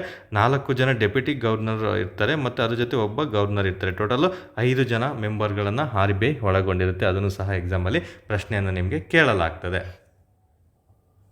ಓಕೆ, ಹಾಗಾದರೆ ಇಲ್ಲಿ ನಮಗೆ ಸರಿ ಉತ್ತರ ಬಂದು ಸಂಜಯ್ ಮಲ್ಹೋತ್ರ ಅವರಾಗಿರ್ತಾರೆ. 26ನೇ ಗವರ್ನರ್ ಆಗಿರ್ತಾರೆ, ನೆನಪಲ್ಲಿರಬೇಕು. ಮುಂದಿನ ಪ್ರಶ್ನೆ ಹೀಗಿದೆ. 2024ರ ಚಾಂಪಿಯನ್ಸ್ ಆಫ್ ದಿ ಅರ್ತ್ ಪ್ರಶಸ್ತಿ ಯಾರಿಗೆ ಲಭಿಸಿದೆ ಅಂತ ಕೇಳಿದಲ್ಲಿ ಭಾರತೀಯನಿಗೊಬ್ಬನಿಗೆ ಚಾಂಪಿಯನ್ಸ್ ಆಫ್ ದಿ ಅರ್ತ್ ಪ್ರಶಸ್ತಿಯನ್ನು ನೀಡಲಾಗಿದೆ. ಅದು ಯಾರಿಗೆ ಅಂತ ನೋಡ್ತಾ ಬರೋಣ. ನೋಡಿ, ಈ ರೀತಿ ಕೊಟ್ಟಾಗ ಕನ್ಫ್ಯೂಷನ್ ಮಾಡ್ಕೊಡ್ದು. First champions of the earth ಅಂತ ಬಂದಾಗ ಇದನ್ನು ನೀಡುವ ಸಂಸ್ಥೆ ಯಾವುದು ಅಂತ ತಿಳ್ಕೊಬೇಕು. UNEP ಎಂಬ ಸಂಸ್ಥೆ ಇದನ್ನು ನೀಡುತ್ತೆ. ಎಲ್ರಿಗೂ ಗೊತ್ತು, ಯುನೈಟೆಡ್ ನೇಷನ್ ಎನ್ವೈರ್ನ್ಮೆಂಟ್ ಪ್ರೋಗ್ರಾಮ್ ಅಂತ ಕರಿತೀವಿ ಸ್ನೇಹಿತರೆ. ಇದನ್ನು ಸಹ ತುಂಬ ಬಾರಿ ಎಕ್ಸಾಂಪಲ್ ಪ್ರಶ್ನೆ ಕೇಳಿದ್ದೇನೆ ಫುಲ್ ಫಾರ್ಮು. ಸೊ UNEP ನೀಡ್ತಾ ಬರುತ್ತೆ. ಇವೆಲ್ಲ PC ಮತ್ತು PSL ಯಾವಾಗಲೂ ಎವರ್ಗ್ರೀನ್ ಪ್ರಶ್ನೆಗಳಾಗಿರ್ತವೆ. UNEP ಫುಲ್ ಫಾರ್ಮ್ ಕೇಳ್ತಾನೆ. ಎಷ್ಟರಲ್ಲಿ ಸ್ಥಾಪನೆ ಆಯಿತು ಅಂತ ಕೇಳ್ತಾನೆ. 1972 ನಮಗೆ ಜೂನ್ 5 ಏನು ಸ್ವೀಡನ್ನ ಸ್ಟಾಕ್ಹೋಮ್ ಸಮ್ಮೇಳನದಲ್ಲಿ ಸ್ಥಾಪನೆ ಆದಂಥ ಸಂಸ್ಥೆ ಯಾವುದು ಅಂತ ಕೇಳ್ತಾನೆ. ಅದು UNEP ಸಂಸ್ಥೆ ಆಗಿರುತ್ತೆ. ಇದರ ಕೇಂದ್ರ ಕಚೇರಿ ತುಂಬ ಬಾರಿ ರಿಪೀಟ್ ಆಗಿದೆ. ಕೀನ್ಯದ ನೈರೋಬಿ ಎಂಬ ಸ್ಥಳದಲ್ಲಿ ಇದರ ಕೇಂದ್ರ ಕಚೇರಿ ಇದೆ. UNEP ಅಂತ ಬಂದಾಗ ಎಷ್ಟು ಮಾಹಿತಿನ ತಿಳ್ಕೊಂಡಿರಬೇಕು. ಸ್ವೀಡನ್ನ ಸ್ಟಾಕ್ಹೋಮ್ ಅನ್ನೋದು ತುಂಬ ಬಾರಿ ರಿಪೀಟ್ ಆಗಿದೆ. 1972 ಜೂನ್ 5 ಅನ್ನೋದು ಸಹ ರಿಪೀಟ್ ಆಗಿರುತ್ತೆ. ಹಾಗಾದರೆ UNEP ಅಂತ ಬಂದಾಗ ಎನ್ವೈರ್ನ್ಮೆಂಟ್ ಪ್ರೋಗ್ರಾಮ್ ಆಯಿತು. ಇದು ಎನ್ವೈರ್ನ್ಮೆಂಟಿಗೆ ಸಂಬಂಧಪಟ್ಟಿದ್ದಂತ ನೀವು ನೆನಪಿಟ್ಕೋಬೇಕು. ಹಾಗಾದರೆ ಚಾಂಪಿಯನ್ಸ್ ಆಫ್ ದಿ ಅರ್ತ್ ಪ್ರಶಸ್ತಿ ಯಾವುದಕ್ಕೆ ಸಂಬಂಧಿಸಿದೆ ಅಂತ ಪ್ರಶ್ನೆ ಕೇಳ್ತಾನೆ. ಇದು ಪರಿಸರ ಸಂರಕ್ಷಣೆಗೆ ಸಂಬಂಧಪಟ್ಟಂತಹ ಪ್ರಶಸ್ತಿ ಆಗುತ್ತೆ. ಪರಿಸರ ಸಂರಕ್ಷಣೆ ನೆನಪಲ್ಲಿಡಬೇಕು. ಇದನ್ನು ಸಹ ಎಕ್ಸಾಮಲ್ಲಿ ಕೇಳ್ತಾನೆ, ಯಾವುದಕ್ಕೆ ಸಂಬಂಧಪಟ್ಟಿದೆ ಅಂತ. ಪರಿಸರ ಸಂರಕ್ಷಣೆ ಆಗಿರುತ್ತೆ. ಹಾಗಾದರೆ ಪರಿಸರ ಸಂರಕ್ಷಣೆ ಅಂತ ಬಂದಾಗ ಇಲ್ಲಿ ನಮಗೆ ನರಸಿಂಹನ್ ಮತ್ತು ಶಿವರಾಮನ್ ಆಪ್ಷನ್ನ 2 ಎಲಿಮಿನೇಟ್ ಮಾಡ್ತಾ ಬರಬೇಕಾಗುತ್ತೆ. ಯಾಕಂದರೆ ಶಿವರಾಮನ್ ಅಂತ ಬಂದಾಗ ನಮಗೆ ಇದು ನಬಾರ್ಡ್ ಏನು ಕೇಳಿದಿರಲ್ವ, ಓಕೆ, ನಬಾರ್ಡ್ ಸಂಸ್ಥೆಯನ್ನು ಸ್ಥಾಪನೆ ಮಾಡಿದವರು ಅಥವಾ ಅದಕ್ಕೆ ಒಂದು ಯಾವ ಸಮಿತಿ ಶಿಫಾರಸು ಮಾಡ್ತು ಅಂತ ಕೇಳಿದರೆ ಶಿವರಾಮನ್ ಸಮಿತಿ ಆಗಿರುತ್ತೆ. ಅದೇ ಥರ ನಮಗೆ ನರಸಿಂಹನ್ ಅಂತ ಬರುತ್ತೆ. ನರಸಿಂಹನ್ ಸಮಿತಿನೂ ಅಷ್ಟೇ. ಇದು ಸೇಬಿ ಅಂತ ಕೇಳಿದಿರಲ್ಲ, ಸೇಬಿ ಸಂಸ್ಥೆ ಶಿಫಾರಸು ಮಾಡಿದಂತಹ ಸಮಿತಿ ಯಾವುದು ಅಂತ ಕೇಳಿದರೆ ಅದು ನರಸಿಂಹನ್ ಸಮಿತಿ ಆಗಿರುತ್ತೆ ಸ್ನೇಹಿತರೆ, ನೆನಪಲ್ಲಿರಬೇಕು. ಅದನ್ನು ಸಹ ತುಂಬಾ ಇಂಪಾರ್ಟೆಂಟ್ ಆಗಿರುತ್ತೆ. ಓಕೆ, ನಬಾರ್ಡ್ ಅಂತ ಬಂದಾಗ 1982 ಸ್ಥಾಪನೆ ಆಗುತ್ತೆ. ತುಂಬ ಬಾರಿ ಪ್ರಶ್ನೆ ಆಗಿದ್ದು 1988 ಸ್ಥಾಪನೆ ಆಗುತ್ತೆ. ಯಾವ ಒಂದು ನರಸಿಂಹನ್ ಸಮಿತಿಯ ಪ್ರಕಾರ 1992 ಇದನ್ನು ನಮಗೆ ಸ್ವಾಮಿಯ ಒಂದು ಶಾಸನಾತ್ಮಕ ಸಂಸ್ಥೆಯಾಗಿ ಜಾರಿಗೆ ತರಲಾಗ್ತದೆ ಸ್ನೇಹಿತರೆ. ಅದನ್ನು ಸಹ ಎಕ್ಸಾಮಲ್ಲಿ ಪ್ರಶ್ನೆ ನಿಮಗೆ ಕೇಳಲಾಗಿದೆ. ಹಾಗಾದರೆ ಮಿಕ್ಕಿದಿನ ಕಸ್ತೂರಿ ರಂಗನ್, ಮಾಧವ ಗಾಡ್ಗಿಲ್ ಅಂತ ಇದೆ. ಸೊ ಎಲ್ಲರೂ ಸಹ ಉತ್ತರ ಯಾವುದಾಗಿರುತ್ತೆ ಅನ್ನೋದನ್ನ ಕನ್ಫ್ಯೂಷನ್ ಆಗುತ್ತೆ. ಓಕೆ, ಏನು ಪಶ್ಚಿಮ ಘಟ್ಟಗಳು, ಭಾರತದಲ್ಲಿ ಏನು ಪಶ್ಚಿಮ ಘಟ್ಟಗಳು ಅಂತ ಬರ್ತಾವಲ್ಲ ಸ್ನೇಹಿತರೆ, ಈ ಪಶ್ಚಿಮ ಘಟ್ಟಗಳು ಅಂತ ಬಂದಾಗ ಓಕೆ, ವೆಸ್ಟರ್ನ್ ಘಾಟ್ ಎಲ್ರಿಗೂ ಗೊತ್ತು. ಪಶ್ಚಿಮ ಘಟ್ಟಗಳು ಅಂತ ಏನು ಕರಿತೀವಿ. ಓಕೆ, ಅದ್ರ ಮೇಲೆ ತುಂಬ ಬಾರಿ ಎಕ್ಸಾಮಲ್ಲಿ ರಿಪೀಟ್ ಆಗಿದೆ. ವೆಸ್ಟರ್ನ್ ಘಾಟ್ ಎಷ್ಟು ರಾಜ್ಯಗಳ ಮೂಲಕ ಹಾದು ಹೋಗಿದೆ ಅಂತಲೂ ಸಹ ನಿಮಗೆ ಪ್ರಶ್ನೆಗಳನ್ನು ಕೇಳ್ತಾರೆ. ಭಾರತದ ಮ್ಯಾಪ್ ಅಂತ ಬಂದಾಗ ನೀವೆಲ್ಲರೂ ಸಹ ಓದಿರ್ತೀರ. ಒಂದು ಗುಜರಾತ್ ಆಗಿರ್ಬೋದು, ಮಹಾರಾಷ್ಟ್ರ ಆಗಿರ್ಬೋದು, ಓಕೆ, ನಂತರ ಗೋವಾ ಆಗಿರ್ಬೋದು, ನಂತರ ನಮ್ಮ ಕರ್ನಾಟಕ ಮತ್ತು ತಮಿಳುನಾಡು ಆಗಿರ್ಬೋದು, ಮತ್ತು ನಿಮಗೆ ಕೇರಳ, ಇವೆಲ್ಲನೂ ಸಹ ಒಳಗೊಂಡಿರ್ತವೆ ಸ್ನೇಹಿತರೆ. ಟೋಟಲು 6 ರಾಜ್ಯಗಳ ಮೂಲಕ ವೆಸ್ಟರ್ನ್ ಘಾಟ್ ಹಾದು ಹೋಗಿದೆ. ಅದರಲ್ಲಿ ಅತಿ ಹೆಚ್ಚಾಗಿ ಯಾವ ರಾಜ್ಯದಲ್ಲಿ ಒಂದು ಪೋರ್ಷನ್ ವೈಸಲ್ಲಿ ಅತಿ ಹೆಚ್ಚು ಕವರನ್ನು ಕಾಣಿದೆ ಅಂತ ಕೇಳಿದರೆ ಕರ್ನಾಟಕದಲ್ಲಿ ಅತಿ ಹೆಚ್ಚು ವೆಸ್ಟರ್ನ್ ಘಾಟ್ ಒಂದು ಪ್ರದೇಶವನ್ನು ಹಬ್ಬಿದೆ. ಅದನ್ನು ಸಹ ನಿಮಗೆ ಎಕ್ಸಾಮಲ್ಲಿ ಪ್ರಶ್ನೆಯನ್ನು ಕೇಳಲಾಗ್ತದೆ. ಹಾಗಾದರೆ ಇವೆರಡೂ ಸಮಿತಿಗಳು ಸಹ ಅವುಗಳ ಒಂದು ಸಂರಕ್ಷಣೆ ಅಥವಾ ಪಶ್ಚಿಮ ಘಟ್ಟಕ್ಕೆ ಸಂಬಂಧಪಟ್ಟಂತೆ ವರದಿ ನೀಡಲು ಆಯ್ಕೆಯನ್ನು ಮಾಡಲಾಗಿತ್ತು. ಕಸ್ತೂರಿ ರಂಗನ್ ಮತ್ತು ಮಾಧವ ಗಾಡ್ಗಿಲ್ ಅಂತ. ಸೊ ಇವರಿಬ್ಬರಲ್ಲಿ ಸರಿ ಉತ್ತರ ಚಾಂಪಿಯನ್ಸ್ ಆಫ್ ದಿ ಅರ್ತ್ ಪ್ರಶಸ್ತಿ ಒಬ್ಬರಿಗೆ ಮಾತ್ರ ನೀಡಿದ್ದಾರೆ. ಅದು ಯಾರಿಗೆ ಅಂತ ನಿಮಗೆ ಕೇಳಿದರೆ ಅದು ಮಾಧವ ಗಾಡ್ಗಿಲ್ ಅವರಾಗಿರ್ತಾರೆ ಸ್ನೇಹಿತರೆ. ಸರಿ ಉತ್ತರ ಮಾಧವ ಗಾಡ್ಗಿಲ್ ಆಗಿರುತ್ತೆ, ನೆನಪಲ್ಲಿರ್ಬೇಕು. ಇನ್ನು ವೆಸ್ಟರ್ನ್ ಘಾಟ್ ಅಂತ ಬಂದಾಗ ಅದ್ರ ಬಗ್ಗೆ ಕಂಪ್ಲೀಟ್ ಮಾಹಿತಿನ ನೀವು ಸಬ್ಜೆಕ್ಟಲ್ಲಿ ಓದ್ಕೊಂಡಿರ್ಬೇಕು. ಯಾವ ರೀತಿ ಬೇಕಾದರೂ ನಿಮಗೆ ಪ್ರಶ್ನೆಗಳನ್ನು ಕೇಳಲಾಗ್ತದೆ. ನಂತರ ಯುವ ನಿಧಿ, ಇದು ತುಂಬಾ ಇಂಪಾರ್ಟೆಂಟು, ಎಕ್ಸಾಮಲ್ಲಿ ಪಕ್ಕ ಆಗುತ್ತೆ ಪ್ರಶ್ನೆ ಇದನ್ನು ಸಹ. ಯುವ ನಿಧಿ ಯೋಜನೆಯಡಿ ಅತಿ ಪದವೀಧರರು ನೋಂದಣಿ ಆಗಿರುವಂತಹ ಜಿಲ್ಲೆ ಯಾವುದು? ಎಲ್ಲರಿಗೂ ಗೊತ್ತು. ಯುವ ನಿಧಿಯನ್ನು ಯಾವ ಒಂದು ರಾಜ್ಯದ್ದು? ಕರ್ನಾಟಕ ರಾಜ್ಯಕ್ಕೆ ಸಂಬಂಧಪಟ್ಟಂಥ ಒಂದು ಮಹತ್ವವಾದ ಯೋಜನೆ ಆಗಿರ್ತಾರೆ ಸ್ನೇಹಿತರೆ. ಇದರಲ್ಲಿ ಏನು ಪದವೀಧರರಿಗೆ ಆಗಿರ್ಬೋದು ಮತ್ತು ಡಿಪ್ಲೊಮಾ ಮಾಡಿದವರಿಗೆ ಇಷ್ಟಿಷ್ಟು ಅಮೌಂಟ್ ಅಂತ ಮಂತ್ಲಿ ಆಗ್ತೀವಂತ ನಮಗೆ ಒಂದು ಕಾಂಗ್ರೆಸ್ ಸರ್ಕಾರ ಭರವಸೆಯನ್ನು ನೀಡಿತ್ತು. ಓಕೆ, ಪದವೀಧರರಿಗೆ ಒಂದು 3,000 ಮಾಸಿಕ ವೇತನ ಆಗಿರುತ್ತೆ ಮತ್ತು ಡಿಪ್ಲೊಮಾ ಮಾಡಿದವರಿಗೆ 1,500 ರೂಪಾಯಿದಲ್ಲಿ ಅರ್ಧ ನಾವು ಅಮೌಂಟನ್ನು ನಿರುದ್ಯೋಗ ಭತ್ಯೆಯನ್ನು ನೀಡಲಾಗ್ತದೆ ಅಂತ ಒಂದು ಭರವಸೆಯನ್ನು ನೀಡಿದರು. ಸೊ ಅದು ಯುವ ನಿಧಿ ಯೋಜನೆ ಆಗಿರುತ್ತೆ. ಅದನ್ನು ಜಾರಿಗೆ ತಂದಿರ್ತಾರೆ. ಹಾಗಾಗಿ ಎಷ್ಟನೇ ಬಜೆಟಲ್ಲಿ ಮುಖ್ಯಮಂತ್ರಿಗಳು ಅದನ್ನು ಘೋಷಣೆ ಮಾಡಿದರು ಅಂತಲೂ ಸಹ ಕೇಳ್ಬೋದು. 2023-24ನೇ ಬಜೆಟಲ್ಲಿ ಅದನ್ನು ತಿಳಿಸಿರ್ತಾರೆ ಸ್ನೇಹಿತರೆ. 2023ನೇ ಸಾಲಿನಲ್ಲಿ ಯುವ ನಿಧಿಯನ್ನು ಜಾರಿಗೆ ತಂದಿದ್ದರು. ಅದನ್ನು ಸಹ ಇಂಪಾರ್ಟೆಂಟ್ ಆಗಿರುತ್ತೆ.